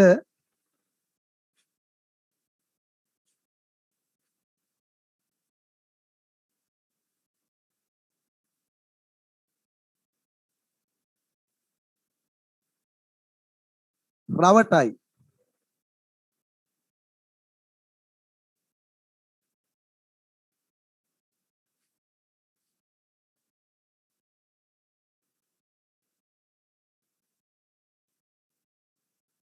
එසේ රවටා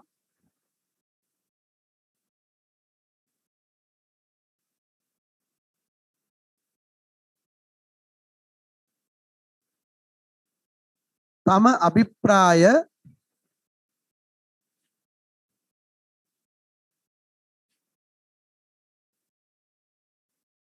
ඉටු කර ගැනීමට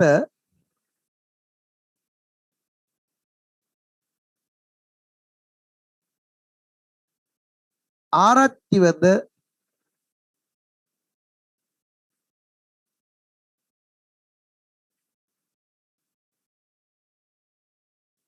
උපක්‍රමශීලීව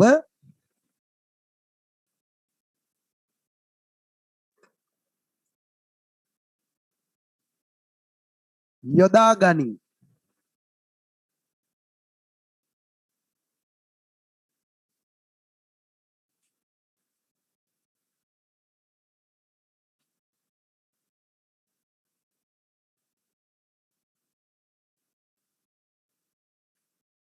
බබුන්ගේ හා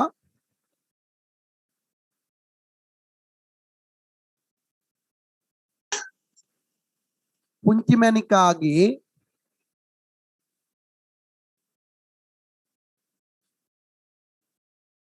විවාහයට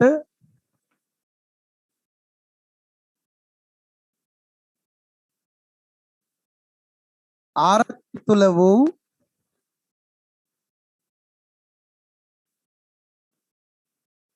අකමැත්ත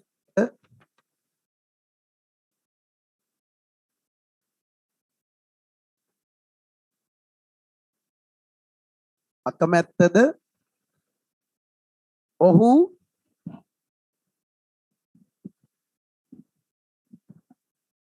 තම අභිප්‍රාය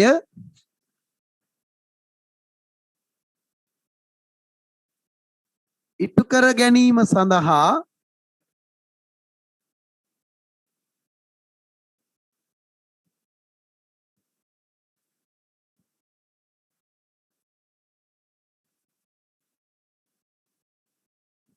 භාවිත කරයි.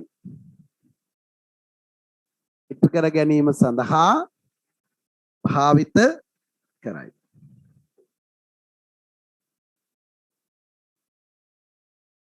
ගම්මුලා උද්ෘතයක්. ගම්මුලා දෑනියෙකුට මොකක්ද කරන්න බැරි වැඩේ?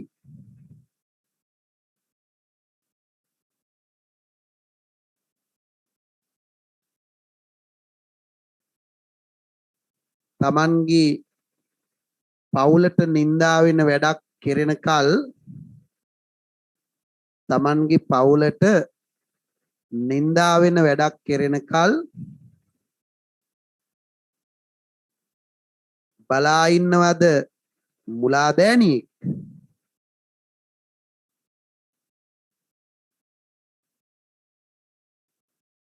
තමන්ගේ පවුලට නින්දා වෙන වැඩක් කරන කල් බලා ඉන්නවද මුලා දෑනියෙක්?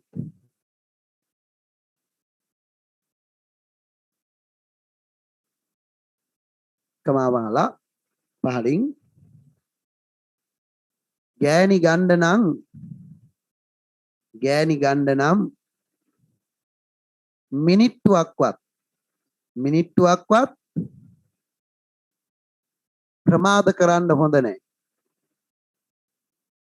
ගෑණි ගණ්ඩ නම් මිනිත්තුවක්වත් ප්‍රමාද කරන්න හොඳ නැහැ.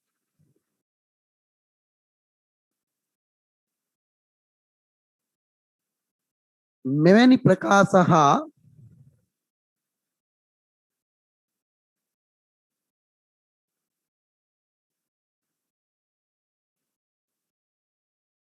බබුන්ගේ අසරණකම ඉදිරියේහි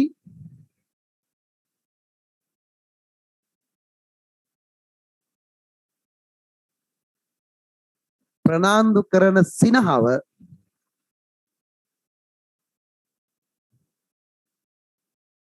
ඔහුගේ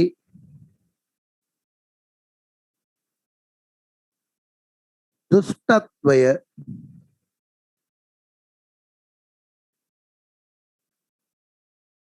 වටහා ගැනීමට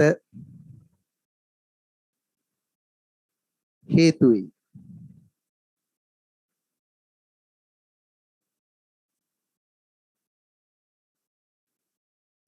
පාලි ප්‍රනාන්දු පිළිබඳ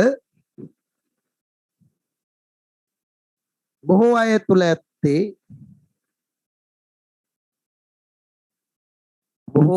ඇත්තේ දැඩි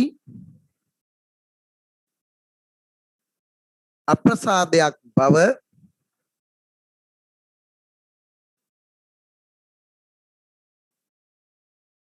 කාසිම් මුදලාලිගේ ප්‍රකාශයෙන්ද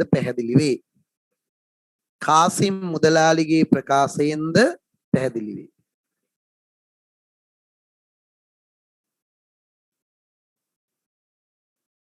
මට ආරංචි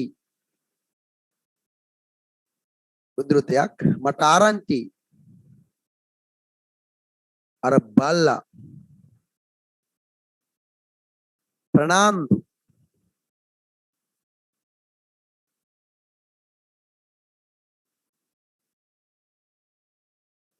දැන් බැද්දේගම පදිංචි වෙලයි කියලා.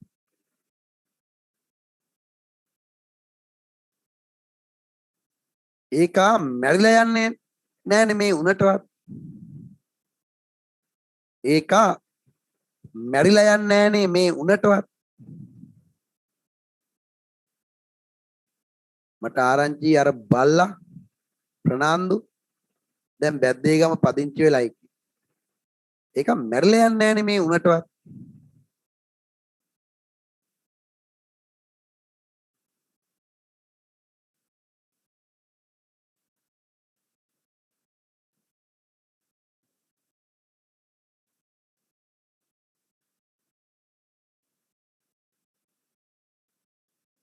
ප්‍රනාන්දුගේ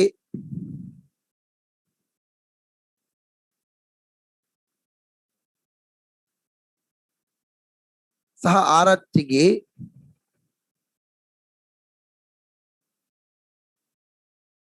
උපක්‍රමයට අනුව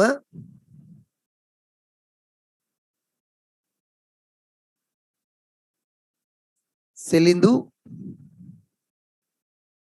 සිරගත වූ අයින් පසු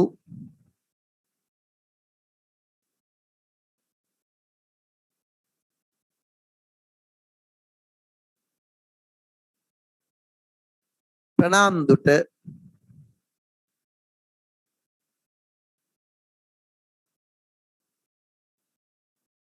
සිය අරමුණු ඉටු කර ගැනීමට ඉඩ ලැබුණේ නැත.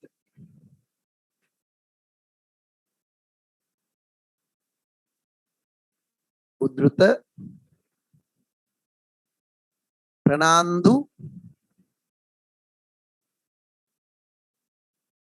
කෑගසාගෙන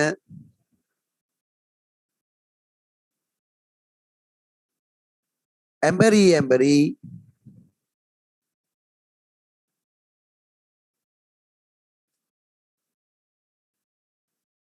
උඩුබැලි අතට බිම වැටුණේය. උඩුබැලි අතට බිම වැටුණේ. කමවාලා එයින් ප්‍රනාන්දුගේ චරිතය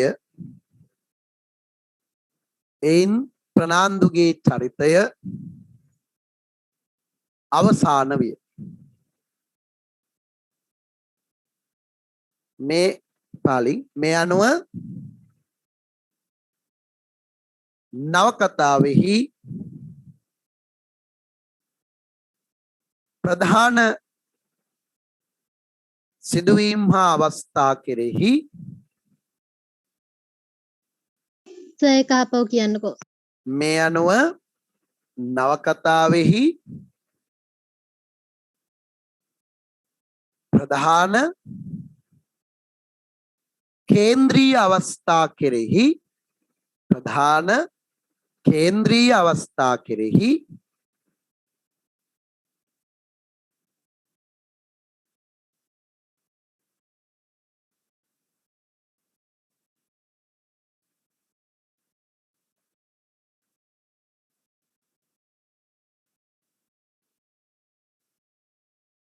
ඍජුව බලපාන චරිතයක් ලෙස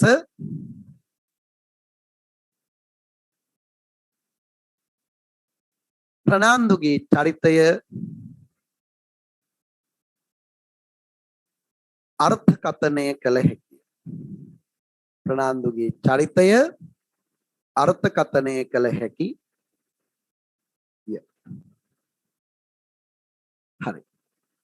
දැන් ආන්න අර මොනාරි කලින් ප්‍රශ්නයක් ඇහුවා අපිට එයා හොයාගන්න බැරි වුණා ඊට පස්සේ වීඩියෝ බලන්නේ කොහොමද කියලා මං හිතන්නේ. මං ඇහුවේ ආයතනය මොකක්ද කියලා. මොනාරි විශේෂ ගැටලු තියෙනවා නම් අහන්න.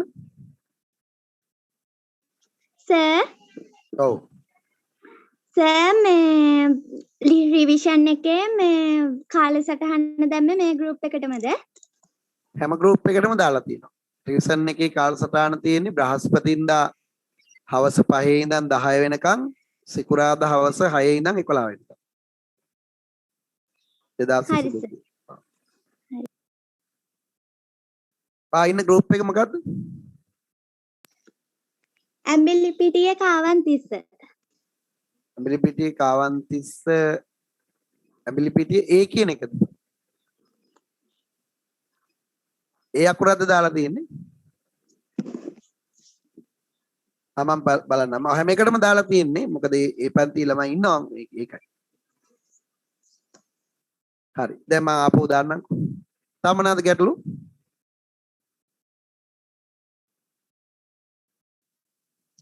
සර් ඔව් කියන්න.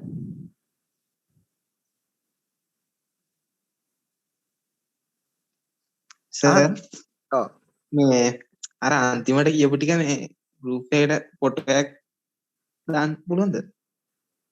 මට කවුරු හරි පැහැදිලිව ලියපු කෙනෙක් නෝට් එක එවන්න. ඊට පස්සේ ආ මැසේජ් එකක් දාලා තියන්න මම දාන්නම්.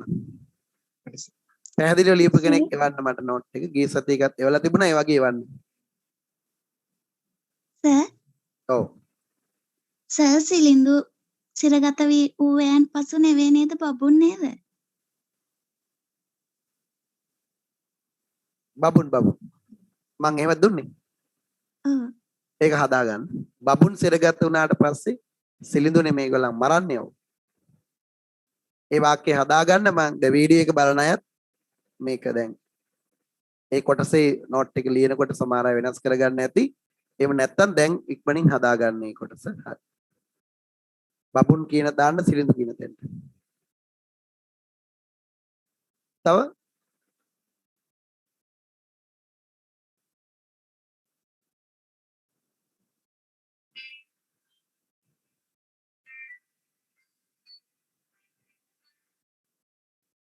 විශේෂ ගැටලු තියෙනවා නම් එතකොට අහන්න අවස්ථාව තියෙනවා ඔයගලට. ඒවා වීඩියෝ වල ඉන්න අයටත් වැදගත් වෙන නිසා මොනාරි එහෙම විශේෂ ගැටලු තියෙනවා නම් ඒවා අහන්න.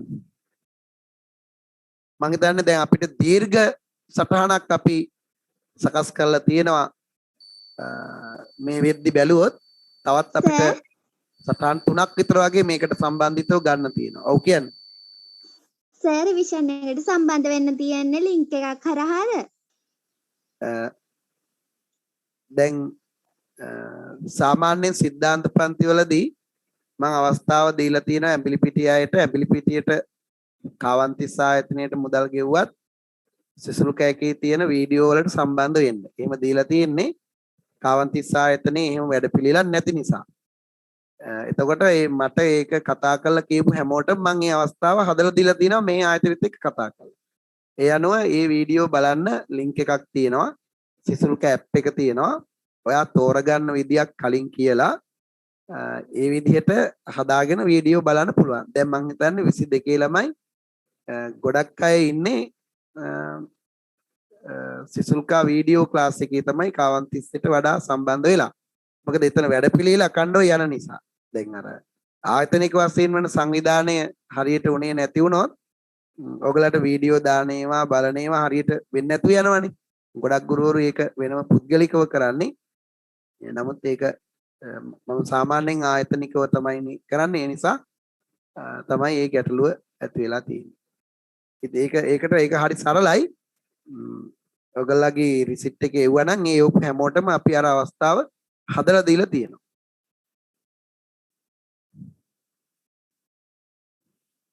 ලින්ක් එකක් තියෙනවා. ඒ ලින්ක් එක ගෲප් එකට දැම්මාම වෙබ්සයිට් එකෙන් බලන්න පුළුවන්. අනිත් එක එතන අවස්ථාව තියෙනවා පැය 5ක් තියෙනවා. නැවත විකාශයක් තියෙනවා. ඇප් එකේ පැය 72ක් තියෙනවා. ඒකෙන් යනකොට පාස්වර්ඩ් එකක් ඉල්ලනවා. ඔව් පාස්කෝඩ් එකක් ඉල්ලන නිසා නෑ පාස්කෝඩ් එකක් තියෙනවද යන්න? පාස්කෝඩ් එකක් ඉල්ලනකොට මෙහෙමයි වෙන්නේ. දැන් ඔයා සල්ලි ගෙවනකොට සිසුල්කා කියලා ගෙවුවා නම් ඔයාට ඉවලෙන් පාස්කෝඩ් එකක් හම්බ වෙනවා. ඔයා කාවන්තිස්සට ගෙවුවා නම් එහෙම නැත්නම් මන් දාලා තියෙන account එකට ගෙවුවා නම් ඔයා මට රිසිට් එක දැම්මහම මම ඒක ආයතනයට දීලා ඔයාට වීඩියෝ බලන්න පුළුවන් විදියට මෙහෙන් හදලා දෙනවා. ඔයාලා ඒ වගේ මටවත් කාටවත් කතා කරන්නේ නැතුව නිකම්ම ලින්ක් එකෙන් ගියොත් ඔයාට සම්බන්ධ වෙන්න බෑ. එහෙමනම් ඉතින් ඕනි ළමයෙකුට යන්න පුළුවන් වෙනවනේ අපේ පන්ති ඉන්න හෝ නොඉන්න හෝ නේද? සර්ට මම කෝල් එකක් දුන්නා මට රිසිට් එක හම්බුනේ නෑ. මම සර්ට කෝල් එකක් දුන්නා සර් තොරතුරු ඉල්ල ගන්නවා කිව්වා ඒත් මට සම්බන්ධ වෙන්න නම් බැරි වුණා. මට WhatsApp එකට දැම්ම ඇයි ඔයාලට රිසිට් එකක් හම්බුනේ නැත්තේ? කාවන්තිස්සේ දුන්නේ නෑනේ සර්. ඒගොල්ලෝ මොකද්ද කිව්වේ ඔයාලට? මොකුත්ම කිව්වේ නැහැ. මම ඒකයි ඔයාලට මැසේජ් දැම්මේ කාවන්තිස්සට යන්න නැතුව බැංකුවට ගෙවන්න කියලා නිතරම. ඒ කියන්නේ ඔයාලා කොහමද ටවුමට යනකොට බැංකු පව් කරගෙන කාවන්තිස්සට යන්නේ. මොකද එතන කවුද ඉන්නේ කියලාවත් අපි දන්නේ නැහැ. සමහර වෙලාවට සර් කෙනෙක් ඉන්නවා, කවුද පොඩි ළමයෙක් ඉන්නවා කියනවා. ඔයගලන් එතන අපහසුතාවට පත්‍රික නැති කරන්න තමයි මම නිතරම ඔයගලන්ට මැසේජ් දදා කිව්වේ. මෙන්න මේ විදිහට දාන්න. එතකොට ඔයගලන්ට කිසිම බාධාවක් වෙන්නේ නැහැ කියලා. ඉතින් නමුත් මං හිතන්නේ මට මැසේජ් එකක් දාලා තිබුණා නම් මං ගොඩක් වෙලාවට බලන්න ඇති ඒක. අර ඔයා ඒක ගෙව්වා කියන එක අපිට බලා ගන්න විදියක් නැති වෙන්න පුළුවන්. හැබැයි අර විදියේදී මම සර්ට මැසේජ් එකක් දැම්මා. ඔව්. ඒ මැසේජ් එකක් දැම්මට දැන් මං සිසුල්ක ආයතනයේට දැන් මම මෙහෙමයි. මං ඇත්තම තත්ත්වය කියනවා නම් කාවන්තිස්සේ ළමයෙක් මුදල් ගෙව්වහම මම කාවන්තිස්සේ ආයතනයේට ඒ ළමයාගේ මුදල් වලින් 20%ක් දෙනවා. සිසුල්ක ආයතනයේට ඒ ළමයාගෙන් 25%ක් දෙනවා. ඒ අනුව කාවන්තිස්සේ ළමයෙකු වීඩියෝ වලට සම්බන්ධ කරපුවාම රුපියල් 100ක් නම් ඔයා ගෙව්වේ 145ක් මම ආයතන වලට දෙනවා. නමුත් ඍජුවම සිසුල්කයකට සම්බන්ධ වෙච්ච කෙනෙකුගෙන් දෙන්නේ 25ක් විතරයිනේ.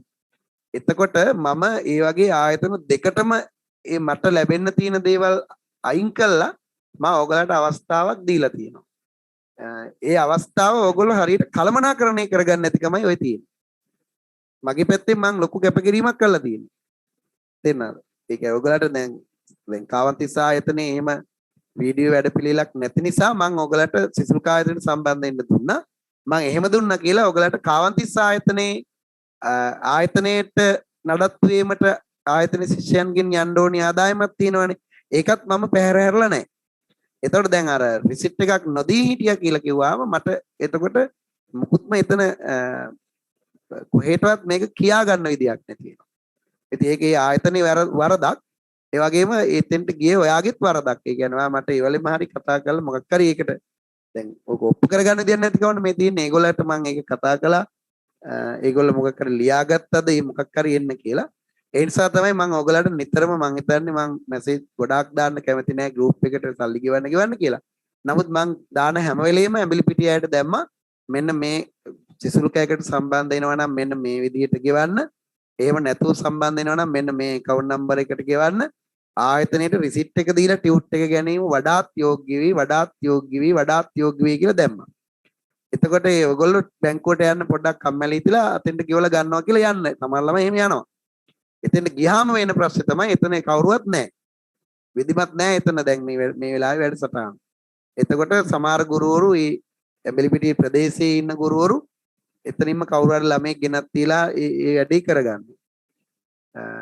නමුත් සමහරලාට ඔයාට ගිහිල්ලා විනාඩි 10ක් 15ක් බලා ඉන්න වෙනවා.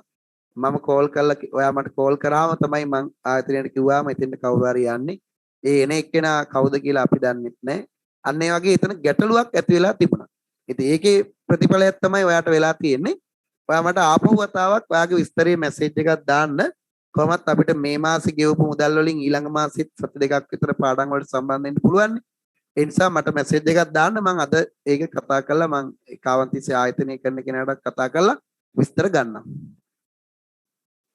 හරි සර්. thank you. දැන් ඊළඟ මාසේ බැරිලාවත් එහෙම වුණොත් ගෙලින්ම ඒ ආයතනයට ගිහිල්ලා ඒ වැඩේ කරන්න එපා. ඒක ටියුට් ගන්න විතරක් තියාගන්න. එතකොට කිසිම බාධාවක් නැහැ නේ. ඔයා ළඟ සාක්ෂියක් තියෙනවනේ. දැන් එතන සමහරලාට මට ළමයි කිව්වා පොඩි ළමයෙක් ඉන්නලු ඉන්නේ. පොඩි මල්ලි කෙනෙක් ඉන්නවලු. සමහරලාට කවදාවත් දැකලා නැති ගුරුවරයෙක් සර් කෙනෙක් හරි කවුරු හරි. එහෙම නැත්නම් හදිස්සිය ආවා බයිසිකල් එක සල්ලි ගත්තා ටියුට් එක මොකක් හරි වැරදි ටියුට් දීලා තිබ්බා. ඉතින් ඒතර වගකීම අඩුයි. ඒක ඇත්තටම අපි ආයතනේ ඒ ගැන කනගාටු වෙනවා. විධිමත් බව අඩුයි. ඉතින් ඒ නිසා තමයි අපි ඇඹිලිපිටිය අයට විශේෂයෙන් සැලකීමක් වශයෙන් තමයි සිසුල්කයකට සම්බන්ධ වෙන්න කිව්වේ කුරියර් සර්විස් එකේ ගෙදරට ටියුට් එක යවන්නේ. ඒ වුණාට ගොඩක් වෙලාවට ඇඹිලිපිටිය ළමයි ඒවට කේන්ති ගන්න. එහෙම හරියන්නේ අපි කාවන්තිස්සි අය එහෙම කේන්ති ගන්න. ඉතින් අපි බලන්නේ හැම වෙලේම ඔයගලට වැඩි උදව්වක් කරන්න. කොහොමත් මං හිතන්නේ ලබන මාසෙ නම් ওই ප්‍රශ්න විසඳෙයි. එතකොට අපි ආයතනයට ඇවිල්ලා තමයි මේ වැඩේ කරන්නේ. පාට ගැටලුවක් වෙන්නේ නැති වෙන්න අපි උත්සාහයක් ගනිමු. මට දාන්න ඒක මම ඒක කතා කරන්න. හරි සර්. ඔයාගේ යාළුවාට ওই ප්‍රශ්න එන්නේ නැතුව ඇති. ඒගොල්ලෝ අර විදිහට කරපු නිසා. කමන්නේ අපි ඒක බලමු. මට දාන්නකෝ අපි. තාම මොනවද ගැටලු තියෙන්නේ?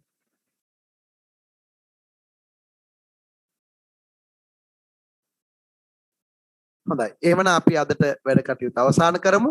නෝට් හරියට සම්පූර්ණ කරලා තියාගන්න. මොකද බැද්දේගම අපිට නැවත සිද්ධාන්තවලදී මේ ෆිසිකල් ක්ලාස් වල සාමාන්‍ය පන්තිවලදී කරන්න කාලයක් වෙන එකක් නැති වෙයි. මේක මම දිගටම කරගෙන ඉන්නේ ඒ නිසා දැන් සති 5ක් අපි මේ වෙනුවෙන් යොදලා තියෙනවා.